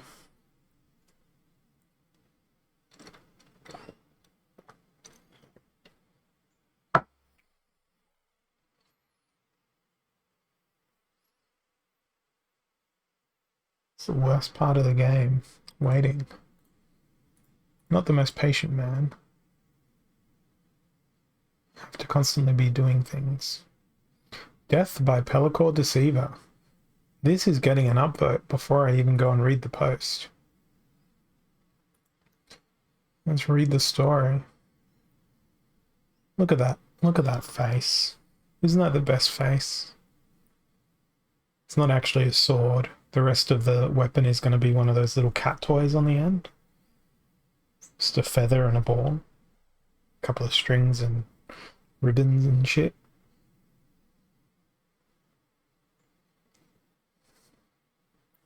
Pellicor Deceiver that got the job done in a battle of the earthquake. Okay. We'll watch their replay. Watch their replay. Interesting that it's only at a low level, so we don't get to see him retaliate. But him flying makes it very effective. Not what I signed up for, this replay, but welcome Raiders. Thank you, Nadian. He dragged you kicking and screaming over to here just in time for you to see what looks like it's going to be an actually really interesting battle. I hate the fact that their Grenadier is going to ruin my life, though. It's okay. My best hope is that they get ruined also. I had to stop and think for a second. I'm like, why didn't Dragon Spirit get snared as well? Then I remembered they have immunity. And I was happy. And then I was sad.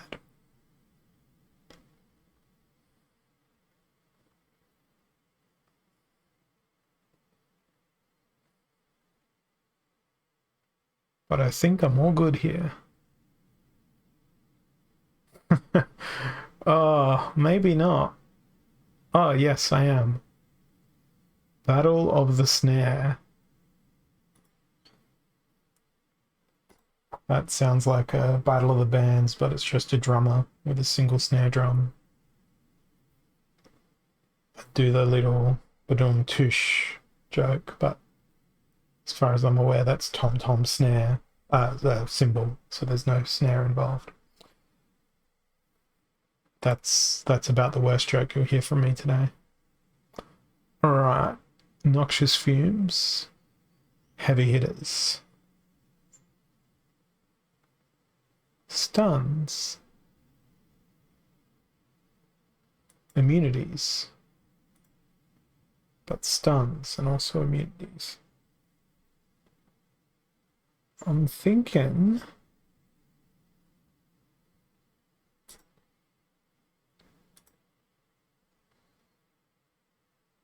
Where is he? Where's our boy? There he is. Little old Elmo. Gonna do whatever an Elmo can. There's no other immunities, is there? No. Is there any... Oh, actually, no, screw this. Why am I going with Elmo? I can do even better. Look at all of these immunities. These are such nicer immunities. Particularly when I can couple them with triage, more healing.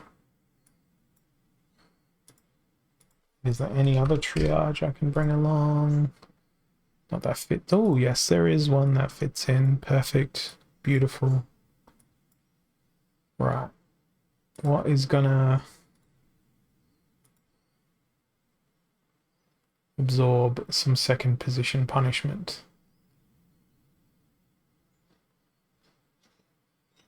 I think I just have to put the Soul Fiend in. Actually, if I do that, I'm aware of the fact that I have 0 stuns here, but I shouldn't need them, right? Krallis to the rescue. Maybe.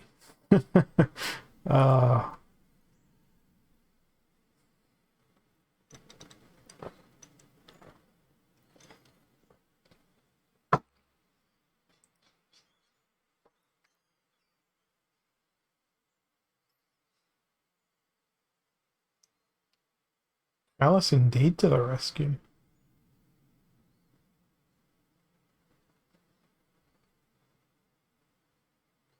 Immunity is such a freaking powerful ability.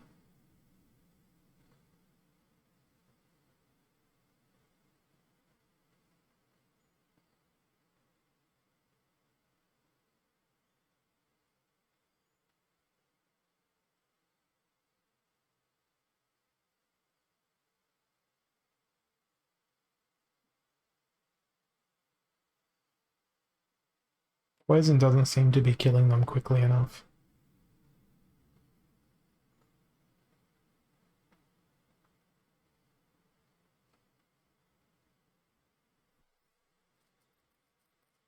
And it's funny now because none of my creatures are affected by poison.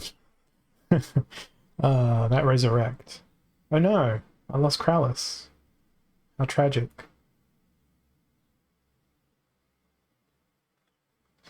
That's alright. Divine Shield did the trick. So that got me back into Diamond 2.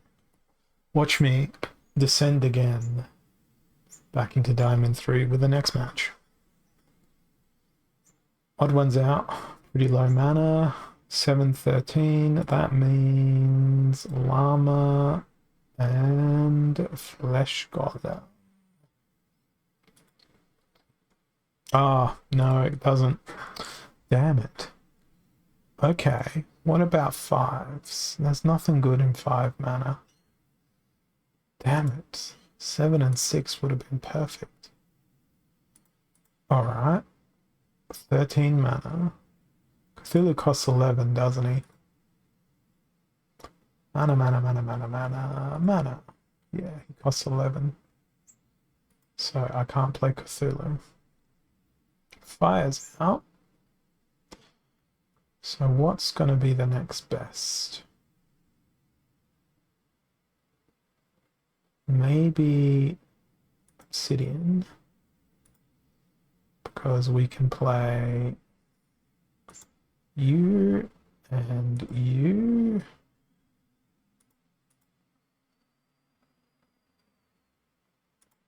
And you.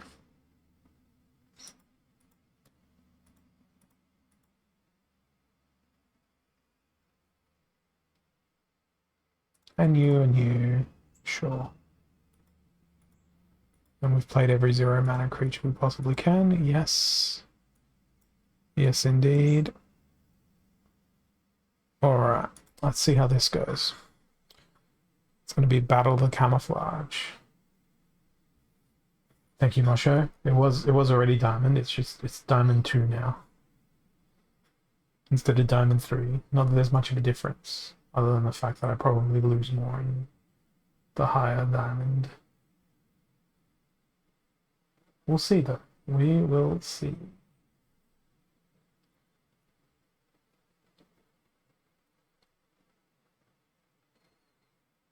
Why did I not put chicken in this team? Why do I not do a lot of things is the question I need to really ask myself.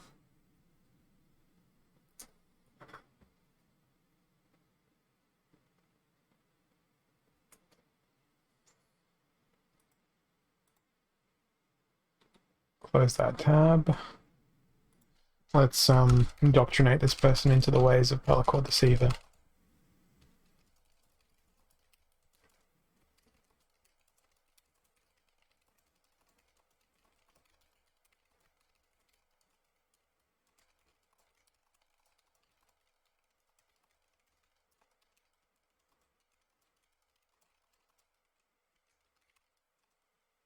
There we go.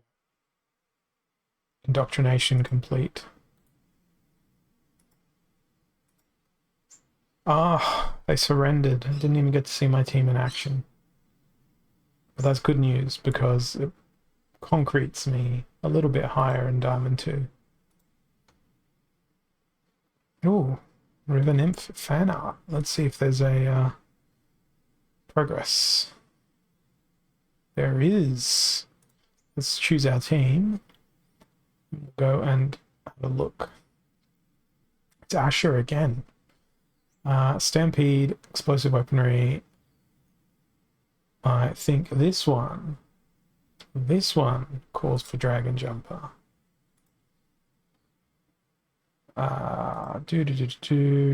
Except I'm going to do all of the opportunity.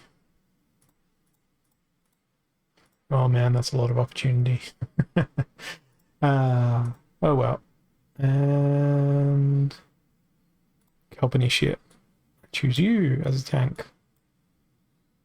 Now I'm putting Dragon Jumper there because I don't want them to get completely wrecked if my opponent also does opportunity. Which they may. Okay, so there's the completed work of the I think it's River Nymph. Yes, River Nymph. I'm still not familiar with the Chaos Legion cards. They didn't really break down a whole bunch of the progress, but they've changed the original pose sufficiently. Pretty close with the skin tones and the colors. They've nailed the outfit. They've done that perfectly. I think that's worthy of a vote. I think that is a fine piece of work. And it looks like they do quite a bit of other artwork as well.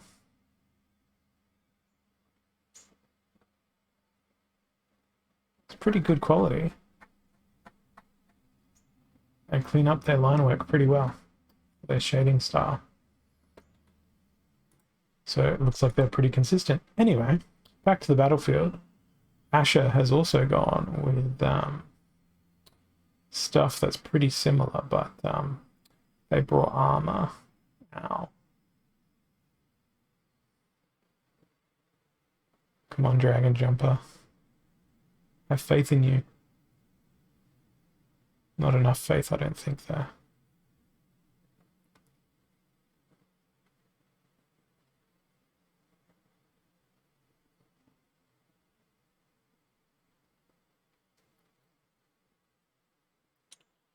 Well, As soon as I lose that demoralize, it's all over for me. There's that demoralize gone. Oh, that was the most unlucky miss in the world. Damn. Oh well. Trading wins there. I beat him last time, he beat me this time. It's all in a day's work.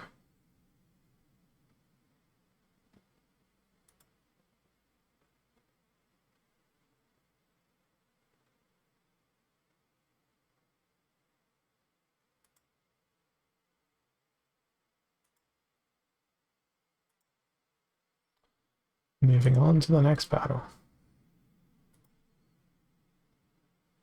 Did I actually upvote that post?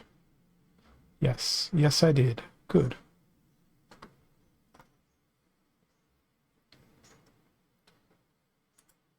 Just jump on over to my feed and see if Boba Fett published. I don't think they did.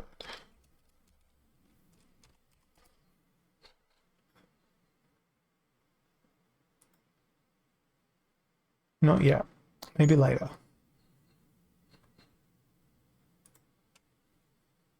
Wow, that's an interesting progress bar. That's what happens when you change tabs. Okay, we're up against Bubkey, who is well into Champion League. Here's an impending loss for me. Okay, odd one's out, but close range.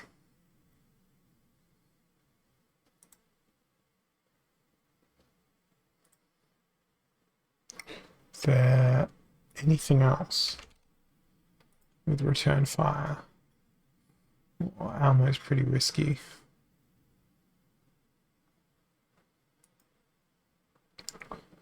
Or do I just go with True Strike?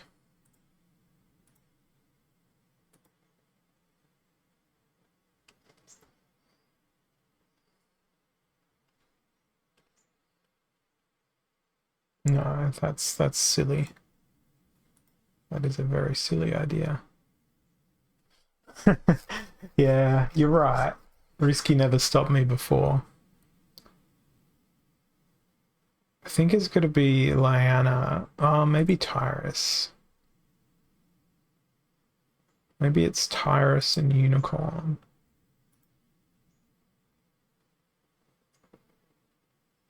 And we just try and get them to miss me. Then we can't play the Fiends.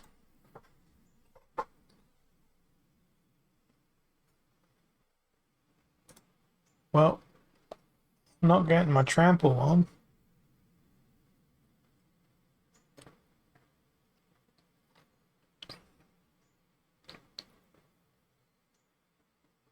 I'm not doing anything here.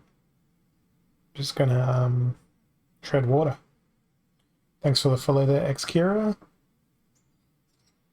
But by the same token, I think... No, I'm gonna die before they do. I was gonna say, I think they're just gonna tread water too, but they didn't. What could have won that for me? Blue Splinter, Magic Sneak. But then, as soon as it got to the Gold Dragon, the Magic Reflect would have destroyed me. G. Durgan, Silent Summoners, Explosive Weaponry. Time to go with the Fast Sneak. And you know what? Summoner doesn't matter, so I'm going to go with Selenia. Because I can flex that, right? And it's going to be opportunities. But at the same time, it's going to be a Kraken. And I'm pretty sure... What happens if you put two monsters in that have both got taunt? Has anyone done that yet? I don't know that they have, but I feel like it would be interesting. Let's try it. Yeah, I'd think that would be the case. But honestly, I think what would be a better fit for second position.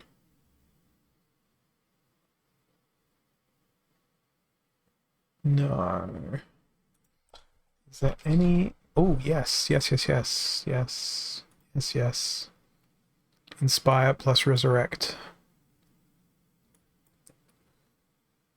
Silent summoners, so don't give me crap for choosing Selenia.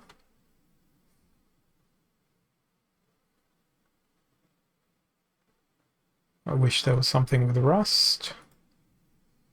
Doesn't look like I'll need it. Okay.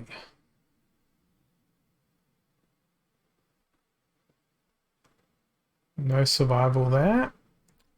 Brilliant resurrection, only to fall again.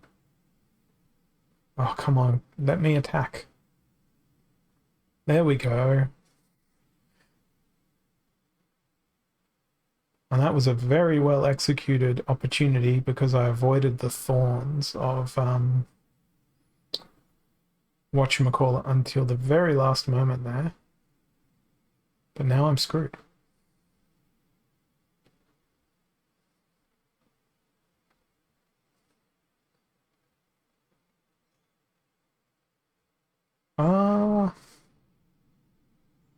Maybe not.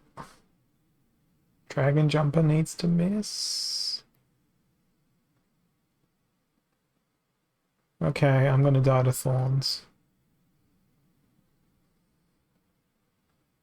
GG. Thorns wins. Ugh. F for fail for me. Not respects.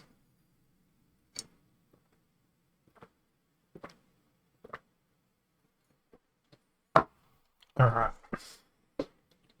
That's my drink finished. Let's play some more. See where we get up to. Or how far we tumble. Everything has snipe, close range. Oh, it's not really enough mana. If everything has snipe.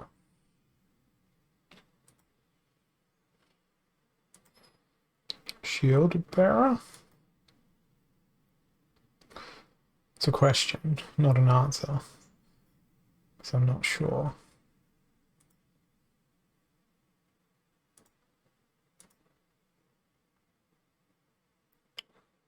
I think...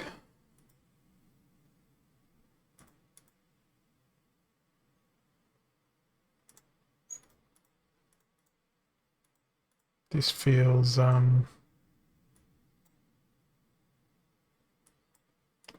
very extraordinarily questionable.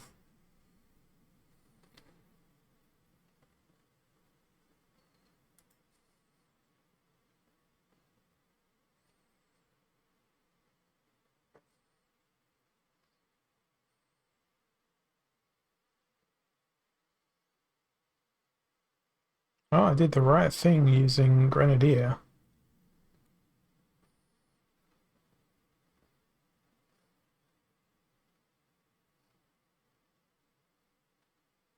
I did more than the right thing by using Grenadier.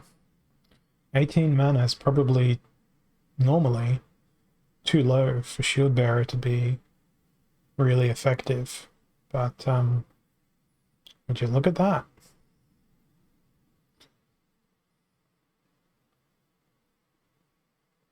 And who would think everything lived? They just needed to bring their own Grenadier. And it would have been... actually, no, it would have been an equally aggressive massacre with my team killing their team. Because Return of Fire. The chatter from whatchamacallit as well works really well. from Lensmaster. I'm surprised to see that be so effective. Often Lensmaster is not a very effective creature. Okay, 99 mana. Close range Earthquake. It's time for the kitty. It is indeed time for the kitty. I'm gonna go with Death. Because we can go bang, bang, bang. That's +5 speed. So, who's gonna get that +5 speed? Well, I think you know, because it's Earthquake. It's gonna be that Deceiver Man. And now, I'm just gonna spam Chaos Dragon and Cthulhu. What outrageousness.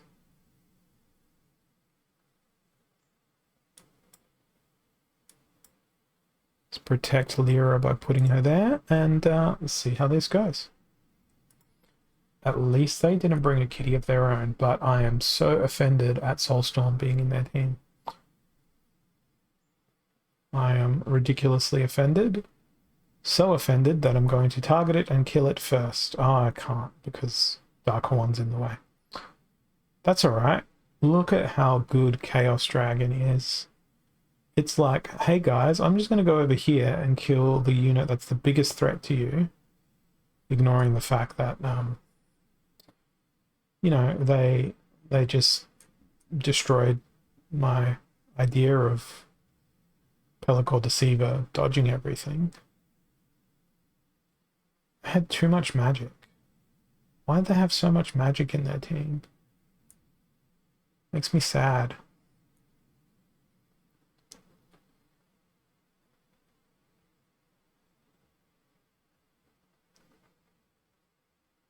Oh man, that heal is so enormous. Why didn't I bring an affliction?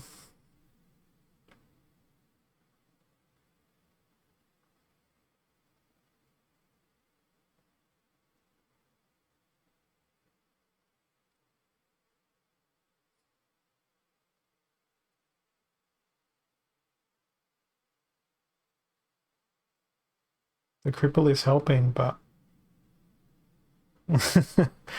oh, absolutely wrecked. I thought that would have gone better for me. I was using all of my favorites. Everyone was there. All of the favorites.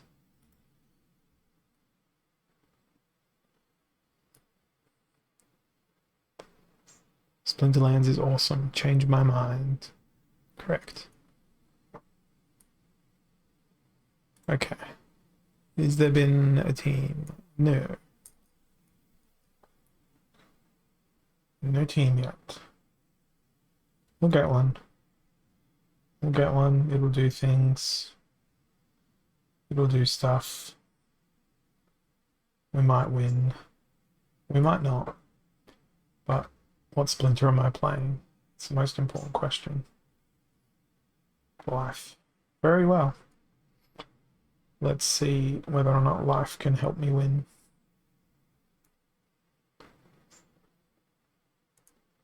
It's going to be an interesting question if we get there. Ooh. Should be tasty. They like using Shield Bearer. It's opportunity. It's enough mana for a Valnamore.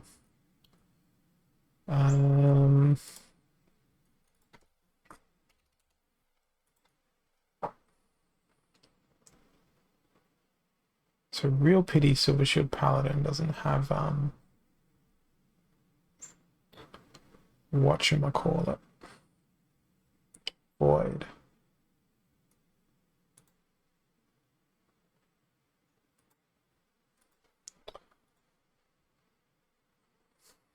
Paragon or Spellsmith? Why not both? Let's do both. Just because, you know, it's fun. All monsters have the opportunity ability, so we're gonna go with Blasty Blast. And then finally, some Healy Heal.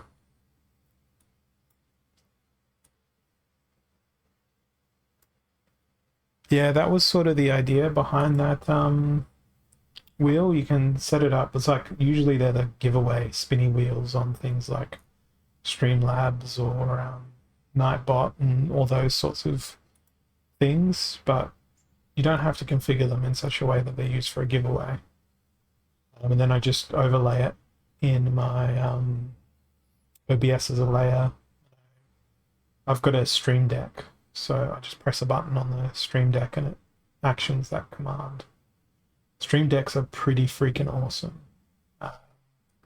Just move my camera and show you if you haven't seen a Stream Deck. It's like a little keyboard that has light up buttons on it, and then you can assign actions to them, and it makes your streaming life really, really easy. It won't show you things like your chat or anything like that, but it'll let you do primitive things like change scenes or spin a wheel or start a giveaway or stop a giveaway or all sorts of things. It's also really useful just as like a whole bunch of extra macro keys for doing general things on the computer. I should really start using the macro keys on my keyboard as well, but I don't. Yeah, I've got that in mind, like the pick a splinter thing, I think. Splinter request, yeah. I just cloned the pick a champion or pick a summoner, which is probably designed for things like League of Legends and that sort of stuff, and just did it pick a splinter. Not many people use it, and I don't know why. There was people that would often be like, "Yep, you're playing Byzantine Kitty," but it's like 14 mana. Yeah, you're playing Byzantine Kitty, but it's 14 mana. Yeah, you're playing Byzantine Kitty. But Dragon is banned. You're surrendering, and you're going to play Byzantine Kitty. It was funny. So let's keep your distance. I'm going to go with Llama Mage here. And I'm going to do a delayed. Oh, I can't do Llama Hydra. Oh, man, I can't even do Llama Cron. Damn it. Why you gotta spoil my fun, no melee? So, I don't know. I don't know. I think Obsidian might be my best response to this. Perhaps. Perhaps not.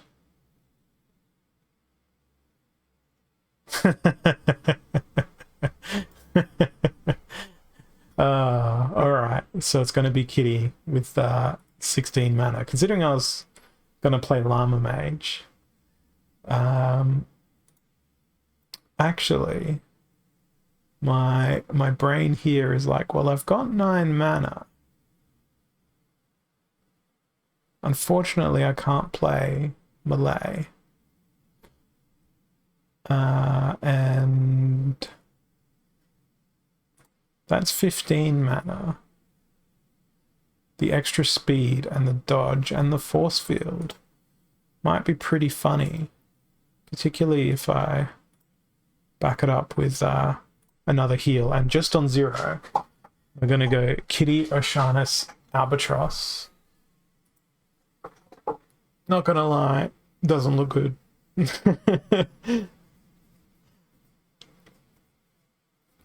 But what does look good is the fact that he's going to heal twice every round. Would you please dodge? I mean,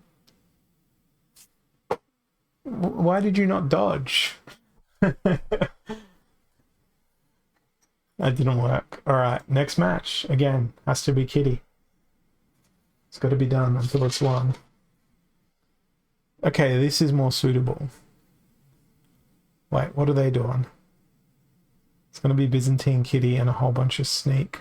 Why? Why would you put Lord of Darkness at the back? I hate you. Yeah. Byzantine Kitty, death. Well, we're going to be encountering a Lord of Darkness. It's probably going to be at the back of their team. Target practice. Everything has the snipe ability. Not if I play Dark Koan. Then nothing has the snipe ability. However, that means I have to build a support mechanism for Dark Koan. Do I...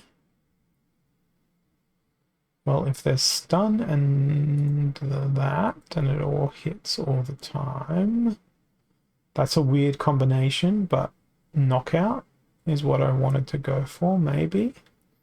Possibly not, because if they bring blast via dragons or something, I'm going to need triages. Where was the other triage? Spirit Hoarder. Then we're going to use Cthulhu. That leaves me with 12 mana, not 14. No, it leaves me with 2. What the hell am I talking about? Let's go with more speed. But that speed is going to be behind the Pegasus. Alright, here we go. It's all cats all the time. And if I move out of my way, out of my way, can you see that white blob behind me on a chair? I don't know that you can, but that little white blob is my cat. She's asleep. She's snoring. I couldn't hear that she was snoring until I stopped talking for a second. Okay. It's Lord of Darkness versus Dark Koan versus an entire team. And there's a snare. Oh, so many anti-magics.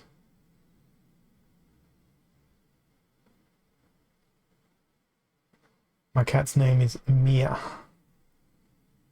She has no teeth. And she doesn't like being picked up. She'll squirm and scramble until you put her back down. And this is not going well for me. I hate Lord of Darkness. Always with the retaliate. What a pointless last stand. Oh, the snare. The snare. Well, it's got to be Byzantine Kitty again. I'll end up in Silver League at this rate, but it's the price I pay for having a Twitch channel.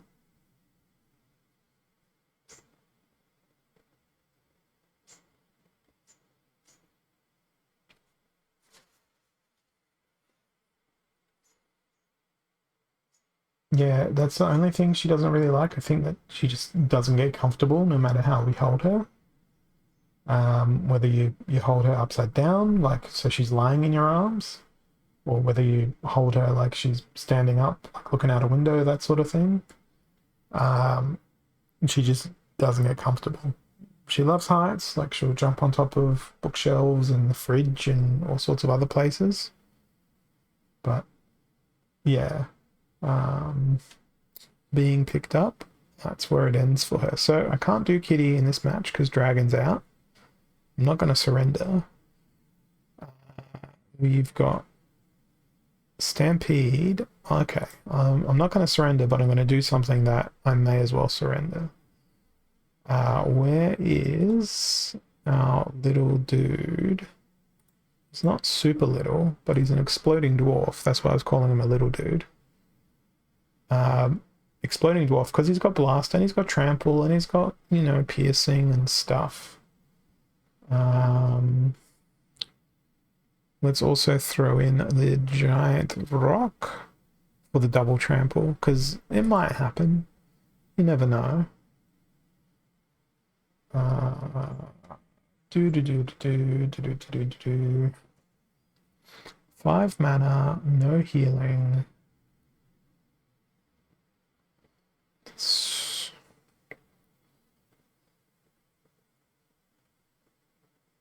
Do I? Yes. Tower Griffin, more speed, demoralized chicken.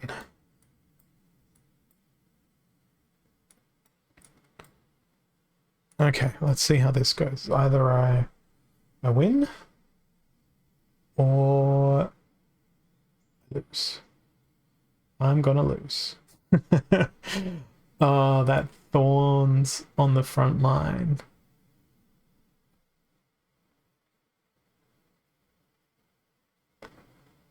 But thankfully, I was clever enough to bring a repair. But it didn't do anything because magic. So yes, indeed, GG. But hey, it was creative, and I said it was akin to doing a surrender. It wasn't actually a surrender, but it may as well have been. Alright, Armored Up, Noxious Fumes. Well, what has immunity? Because there ain't no cleanse where I'm going. Guess it's gonna be Almo. Almo's actually a pretty good pick for this. Then do I do an Oaken Behemoth? No. Well, if it's Armored Up, it should be everything with piercing, right? Preferably directional piercing. So that means Goblin Chariot. And no, it doesn't mean Goblin Chariot. It should mean Queen Mycelia to stack on top of that armor. This is a very accomplished team in terms of card stats and the like. Let's go with Brownie and the Fiend to slow down our opponents. So we're double triage in poison. I don't mind Noxious Fumes as long as the opponent doesn't play a gelatinous cube. And hey, I'm pleased. My opponent didn't play a gelatinous cube. They did, however, play a Robo Dragon Knight, which is annoying, with their effective 40 health. But I'm really glad I brought Mitika Headhunter along. I'm so sad that Almo didn't take a single hit there, because Return Fire didn't do anything. At the same time, I should be happy about that.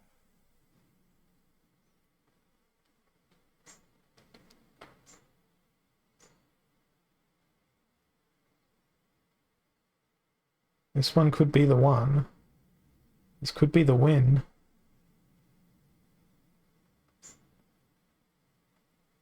Just need their backline to slowly perish. Oh, that repair. Freaking Scale Doctor. Thanks for ruining my day.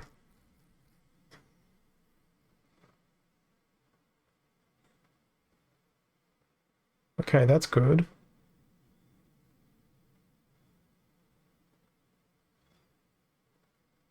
That's bad.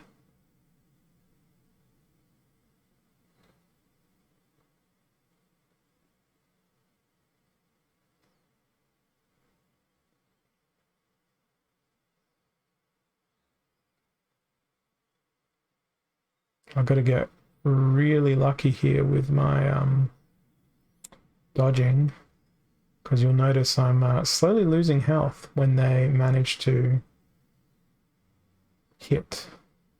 Oh, good. Their triage means that, oh no, she came in there at the last minute. I didn't realize that they had 3 triages. I thought they only had 2.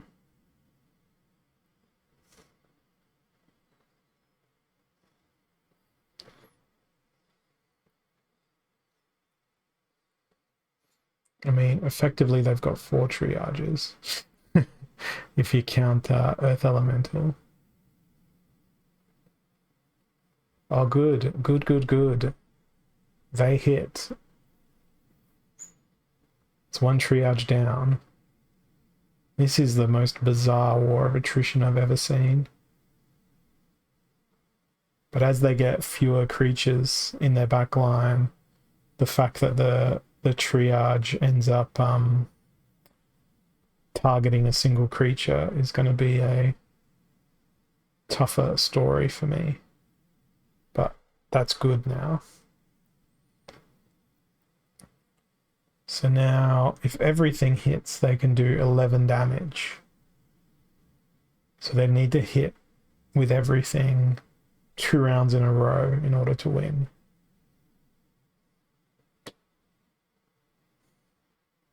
I don't think that's happening. Because Robo Dragon Knight is by. And I will win through exhaustion here.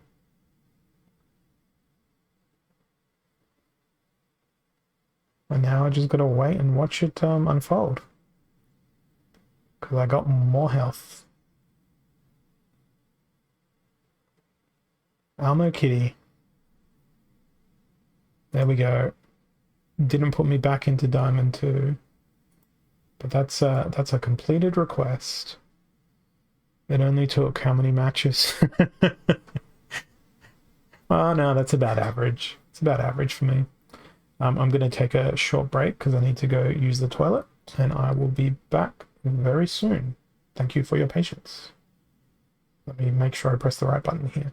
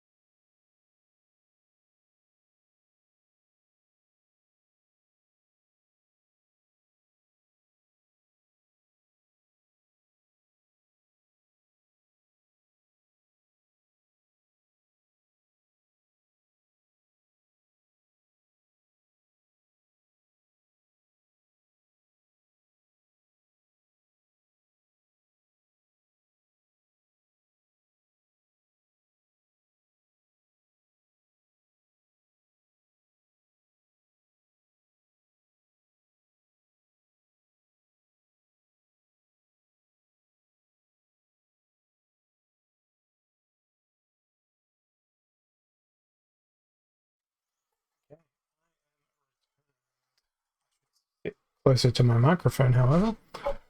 What am I going to do? Let's do some more battles. Hey, Zigger Bugle, or however I pronounce your name, thank you for the follow. Welcome to the channel.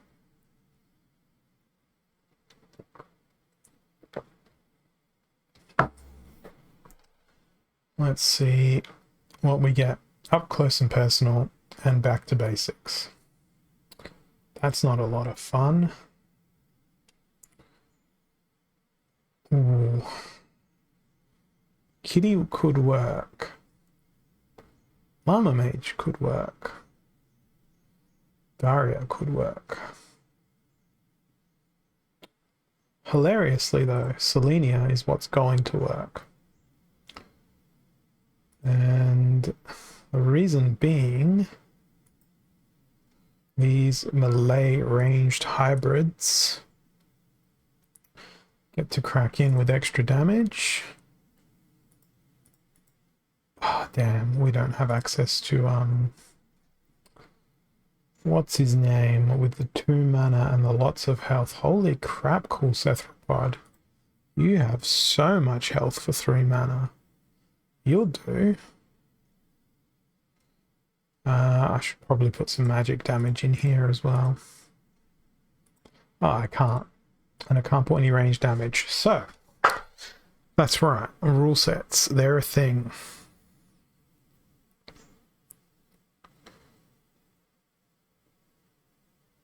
Well,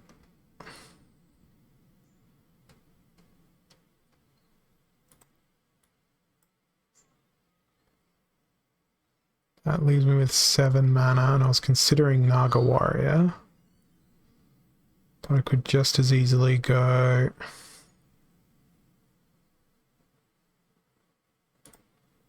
put you in as a placeholder, good old Naga Warrior.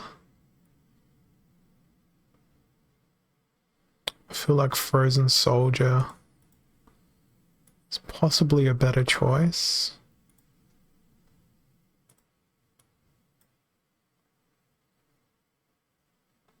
Let's see how this goes. And I really hope that they don't play this guy. That's exactly what I was afraid that they would play. Triarch. Gonna be mega annoying.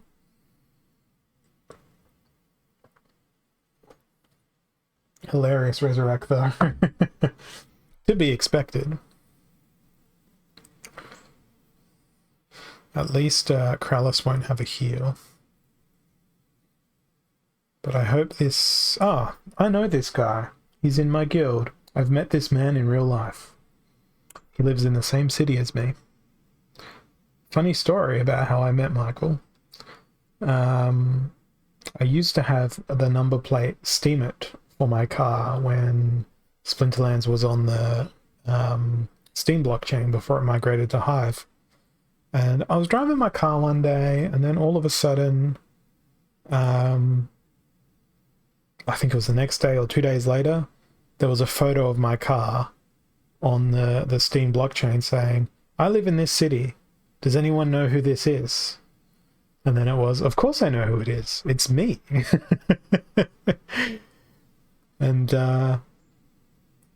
yeah, that's how me and this Michael guy met. He didn't know that there was a whole bunch of other Steam at the time, which transitioned to Hive, blockchain enthusiasts around the place.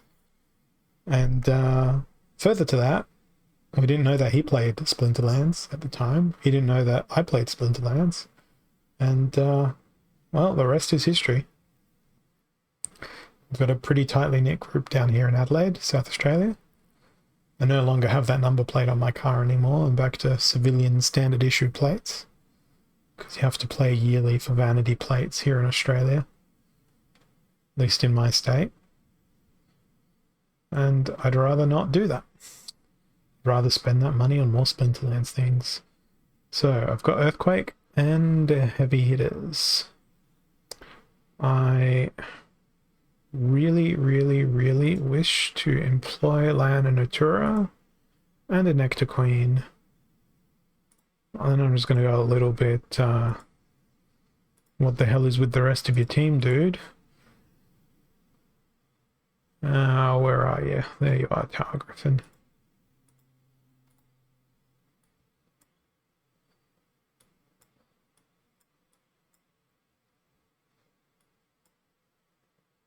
Don't know how this will go. Didn't bring a single stun. Neither did they. They brought a lot of range damage. That's gonna chew through my team.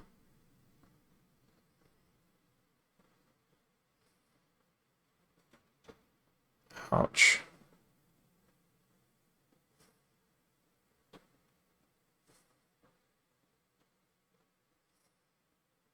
There you go, all my snares. Yeah, I can't win this. Skip. Next game. Off we go.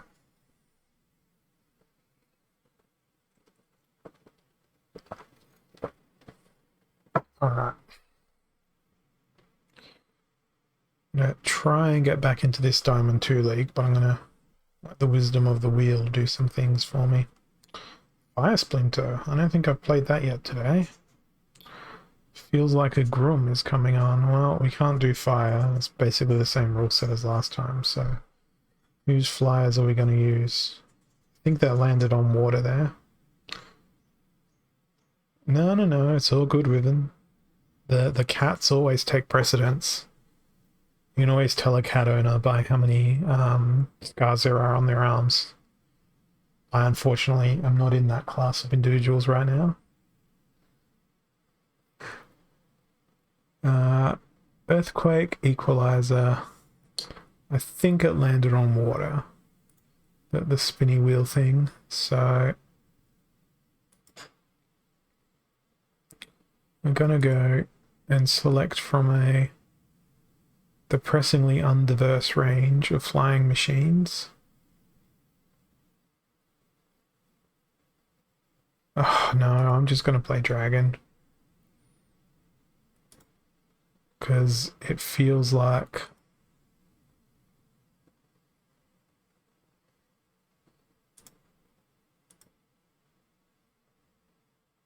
good proving grounds for a couple of creatures here. Not the ones I've selected, the ones that my opponent is going to play and probably beat me with.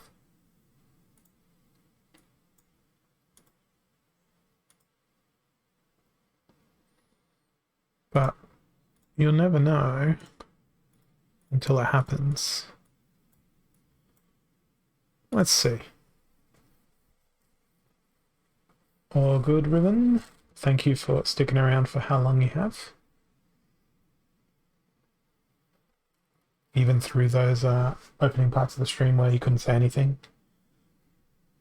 But we sorted that out, which is good.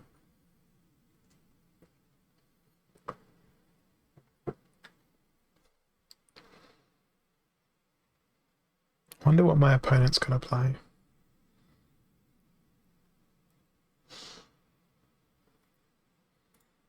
Let's go back on over. And speaking of Atom Collector, it should be time for me to do stuff in Rising Star, which looks really tiny because it's a 4K monitor. I haven't zoomed in on anything here.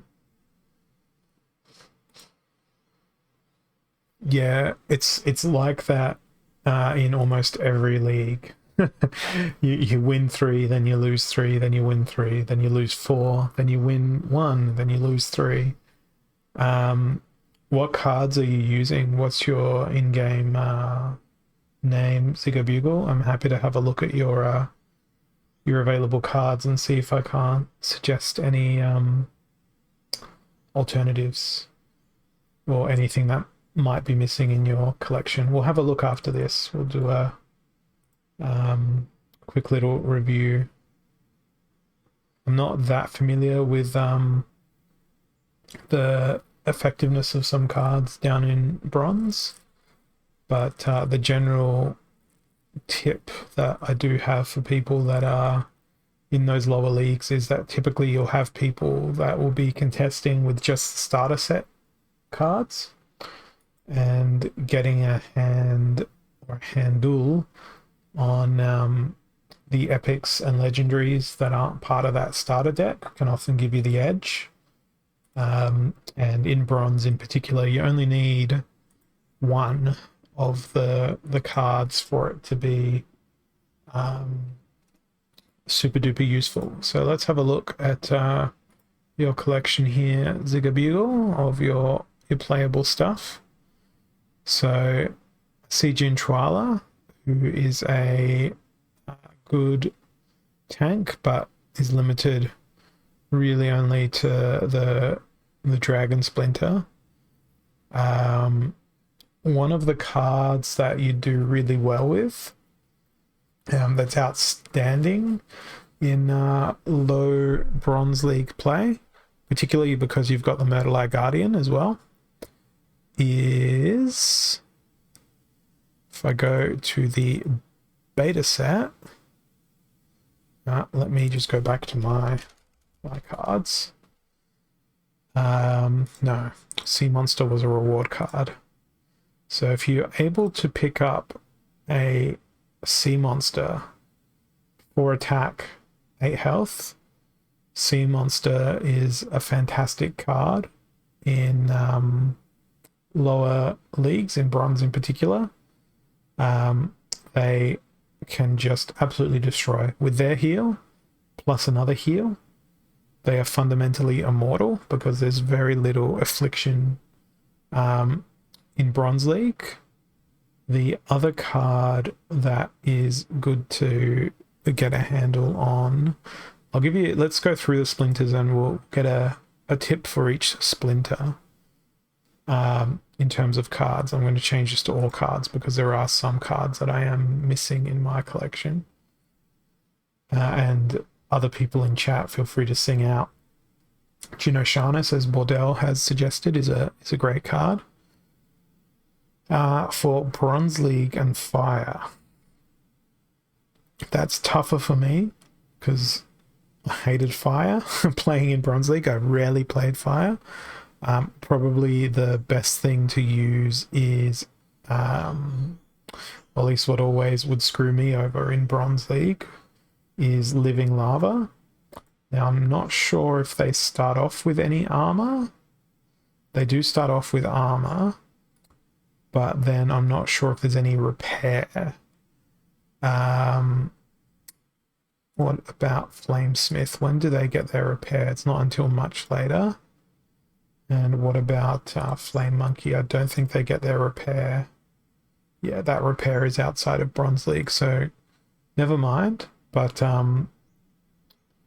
Living Lava is great. The Scavo in the neutrals, good point.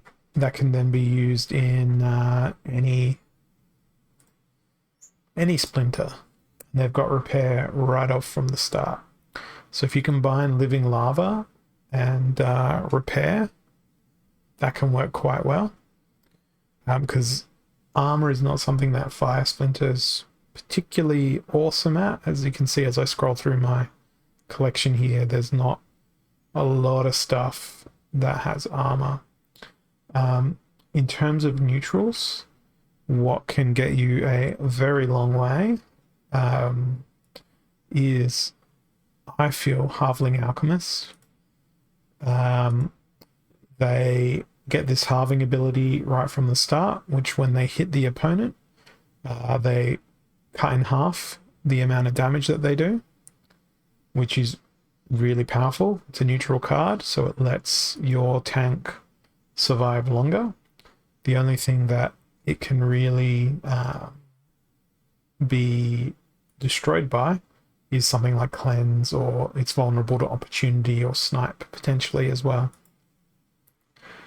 For Green Splinter, my recommendation is probably gonna be not the Princess, but there's another reward card which costs 4 mana, and I have many of these cards. Where is she gone? Is Wood Nymph. Where is she? Control F. Here she is. Wood Nymph. So she gives a tank heal, and you can combine Wood Nymph with really anything from Chaos Legion that's got a high health that you can throw into the front lines. Even something like a Mycelic Infantry, they start with 7 health and shield. Against a melee enemy, if you couple that with a Mylor Crowling, you're going to be pretty unstoppable unless the opponent comes at you with magic. So Wood Nymph is a great choice for green Splinter. For Life Splinter, this is a Splinter I'm pretty well versed with. There's a couple of ways you can approach Life Splinter. One of them is to play with the super fast Sneak. So you'd combine something like Silver Shield Assassin with Feral Spirit, which I don't have. And also, where is she? Elven Assassin as well. And with Bordel's tip there about positioning as well, we'll have a look at that and see if I can't provide some feedback on that as well, because positioning is super important as well. You got to put your creatures in the right spot. For Death Splinter, it's tough. They're not a particularly exciting Splinter at bronze unless you're playing with Zintar Mortalis. I think one of the best early death cards is probably just Haunted Spirit, which is a little tank. They've got heal. They've got a healthy amount of hit points. They can withstand a bit of a beating. They're not terrible. And then in Dragon Town, there's not a great deal if you're just looking at rares. But if you expand out in Dragon Splinter, I think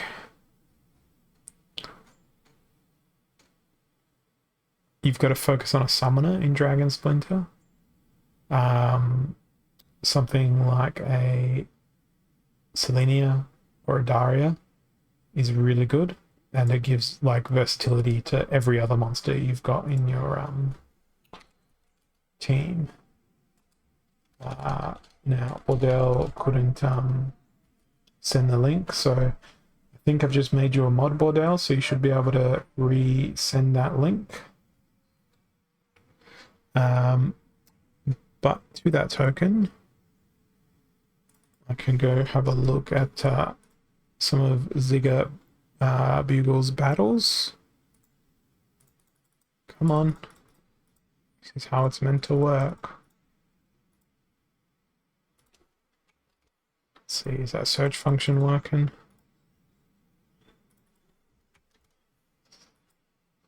Search function's not working for me. Let's see if I can do it through the Peak Monsters Explorer.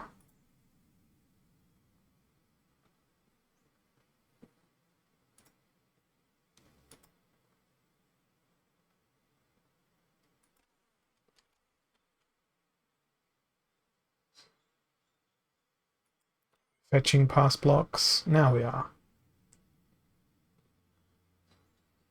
Okay, thanks for sharing that battle there, Bordel.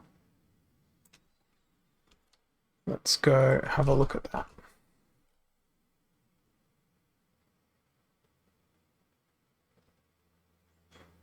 Okay, so as Bordel has pointed out, Venari Knifer, you can use him at the back of a team if you're anticipating that your opponent's going to bring a whole bunch of sneak. Can work really well. Otherwise, Thorns is best in the front line. You want to typically focus your fire as well. So when you've got the opportunity to do so, you want to try and ensure that all of your creatures are going to attack a single point on the enemy's lineup. Otherwise, your damage gets too spread out and you end up damaging a whole bunch of the enemy team without actually taking out any of the opponents. The thing about Splinterlands as well is that it's an entirely different game based on which league you play. The mechanics get more complicated and more layered as you advance up in the leagues and advance up in the rankings, because you're combining different abilities, you're getting new abilities, you're getting more of new abilities. Then you've got rule sets that basically say, sorry, you can't play this splinter, or suddenly if your creature's not flying, they're going to take damage every turn. So there's an enormous amount of different stuff. I do think that I've got some other accounts that I can have a quick look at that I can probably play a few games in bronze and see how terribly I do. Just logging in to this little tracker that I've got for my alt accounts. And if you give me 1 second, I'm going to just do a remote desktop to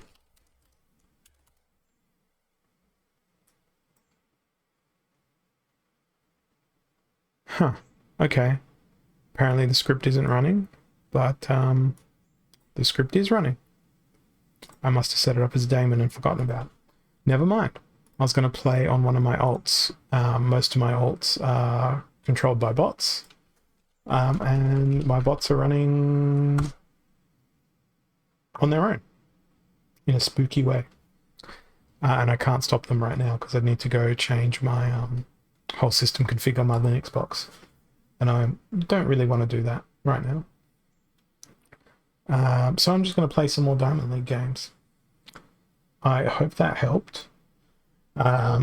Excuse me. If not, only tip is watch a whole bunch of YouTube. Hardpoint and Chatter, who are Splinterlands staff members, have a series of They Learn to Play on the Splinterlands channel, which is worthwhile watching as well. I'll grab a link in a second.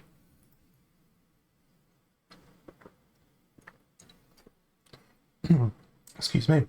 Talking for way too long today. Losing my voice. Earthquake and flying. What is going to be flying? I wish it was something with Melee Mayhem as well. Let's go with... That's not a very good lineup of flying creatures.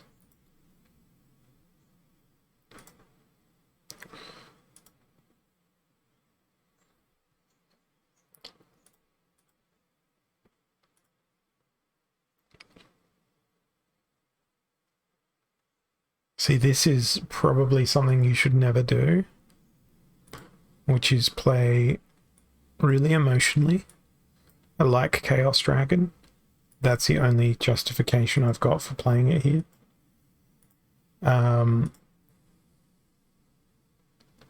But, oh god, this is terrible for me. Magic Reflect, immunity. So my damage is going to be all over the place here. It's going to be going left, right, center. It's particularly with something like Chaos Dragon that's got Scatter Shot, so it's going to hit anything on the battlefield. I also had no Magic Reflect, but you'll observe all of my opponent's attacks are all concentrating on my frontline monster. So it's targeting and taking out my team while my attacks are just flailing around aimlessly, not really focusing on a single thing. Let's ignore the fact that I also didn't bring any healing along. The opponent countered me pretty well with a whole bunch of Magic Reflect because Magic was the main source of damage that I had. And I brought no Magic Reflect. But importantly, the lesson to take from that game there is focus your fire. You want all your attacks to hit a single creature on the enemy's team, because it's better to take out an enemy creature than it is to damage a vast variety of creatures. If you can do both at once through something like Blast, i.e. Jotun, it's good to do that. If you can't, then it's not. So this is one exception to the rule that I just said, or focus your fire, where the organic rule set here is Blast. So you've got the liberty here to not focus your fire and instead just wave your arms about like a maniac and see what happens, which is exactly what I'm going to do with the fastest creatures I can put into my team possible. Now these two, I had them in the right order anyway, are gonna hit the front line. Then Dragon Jumper's gonna go do an opportunity thing and blast away, do whatever he does. But I'm also going to throw in Snipe on Phyrexia General. It's also got Inspire, so it's going to go bang, bang, bang, give all of these guys extra damage. So I want to try and build on that again by using even more melee. If I've got more melee that can attack from any position. And hey presto, 10-Year Striker looks like a good candidate for that. And then I'm left with 7 mana. So on that topic, there is no sneak that I can put into my team here that I can afford in that mana set. So I'm somewhat limited here by options. So my idea is, let's see if we can branch out to some other Splinter. Maybe Gargoyle Devil. I think that's probably the best candidate other than Warchang. I might throw Warchang on the back. That way, if they do come along with a heavy sneak team, there's the chance that I might retaliate. It is not a heavy sneak team, so there will be no retaliation. My opponent has an awfully large amount of armor, which is troublesome. And that Mitika Headhunter... No, that was Spirit of the Forest who destroyed my ranged creature there. So here, because the enemies brought Triage along and had several heals, me spreading out my damage again, it failed. And it failed because there was no concentration of fire. And One Summer is one of the best players in the game. So they knew exactly how to counter anything in that scenario. I was sort of playing to my history there. 2 Byzantine kitties in a row, so I was probably pretty predictable. Here I'm going to try and be unpredictable. Silent Summoners and Lost Magic. So it's not really going to be unpredictable, but it's what most people would probably do with this rule set. Is Shield Bearer rather. And the Age Old, there's a heal, there's a triage, and where's the sneaky poisons? We need a cleanse. Sure, Truth Speaker. Welcome to the team. Alright, let's see how this goes. Well, they didn't bring a cleanse. That is good news. They also didn't bring a shatter. That is also good news. It's just going to be very slow going getting through that Kraken. So I have no choice but to focus my fire there because Kraken has taunt just as my Shield Bearer does. But my entire team is built around supporting Shield Bearer. The only person here doing damage should be Silver Shield Assassin, and I've gotten lucky that Crystal Smith and Herbalist can also do a bit of damage, given that the rest of their team was very squishy behind Kraken. And it was tough to hit that assassin at the end there, but managed to get through. Now I need one more win to get into Diamond 2. That's my goal before I end the stream for today. Diamond 2. Hopefully I can get this win through. If I can't, I can't. And I'll be here forever. No, I won't be here forever. I'll be reasonable. I've been going for, how long? 3 hours. So, pretty big stream today. It is Friday night. So, I'll do what I want. Back to basics, 29 mana. I feel like Magical Jotun. Magical Jotun. 5 damage? Yes, true. Entropy will get us all. It shall remind me of my own mortality. Let's swap these two around. The only thing that would have us be around forever is waiting for Pelagor Deceiver to dodge something successfully and consistently.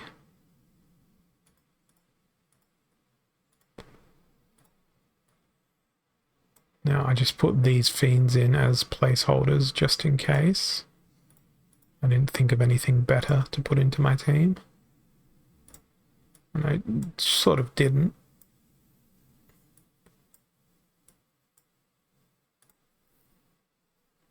Let's see how this goes. I really hope it's not Aleister Crowling that I encounter as an opponent, but we'll see. If it's Aleister Crowling, I quit immediately. Until tomorrow, at least.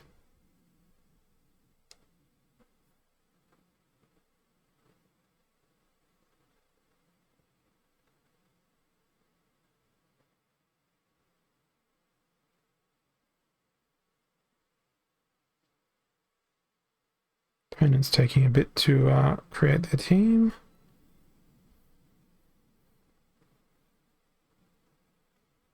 Now I wait. That is everything I will do.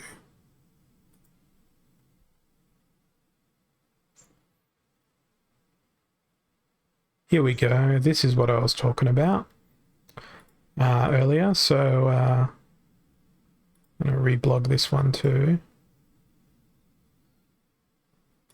Boba Fett has released his interview of me and himself. So go there, watch it. So when I end my stream today, if you want more of me, go watch my interview with Boba Fett. We go talk about Death Splinter for a bit. It was a very good chat. We spent a bit over an hour. I don't know if the whole hour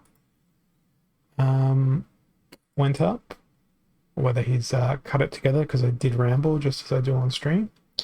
But there is your evening entertainment. We recorded that a few nights ago. And this is looking okay for me here.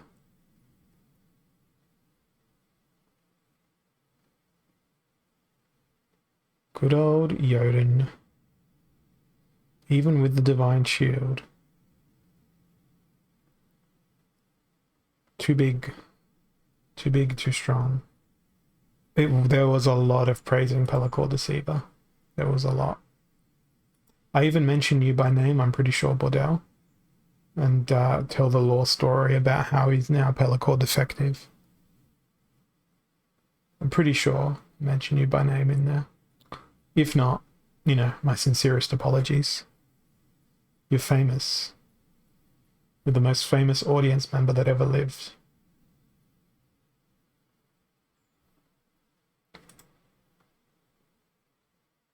And there's actually going to be a Pelagor Deceiver that I'm going to throw out as a prize in here as well, that I'll work out with Boba Fett as well.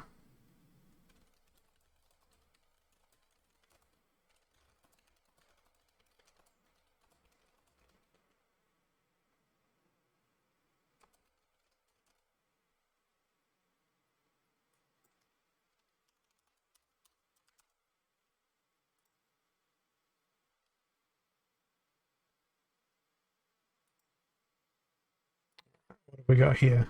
Reverse speed and keep your distance. Most famous audience member. I'm appointing you to that role. It's like the Monty Python Sir not appearing in this film. Alright. Reverse speed, keep your distance. I'm doing something absurd. No way, I can have up to 7 mana. Wonderful. Oh, it's because there's no melee. I'm wondering, like, where's the creatures I want to use? They're not there. Unfortunately, it's not suitable for what I want to do. So I will make it be suitable for what I want to do, which is Goblin Tower. Pure, unadulterated Goblin Tower. I just need to figure out a survival plan for Goblin Tower. Now I can't use any of the fiends or anything like that, so let's see if Goblin Tower can blast their way to victory. I think they might.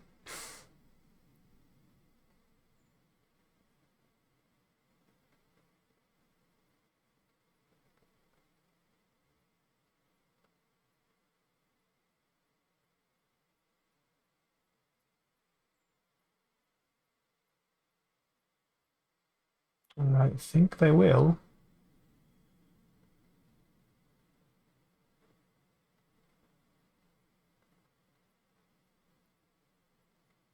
Oh no.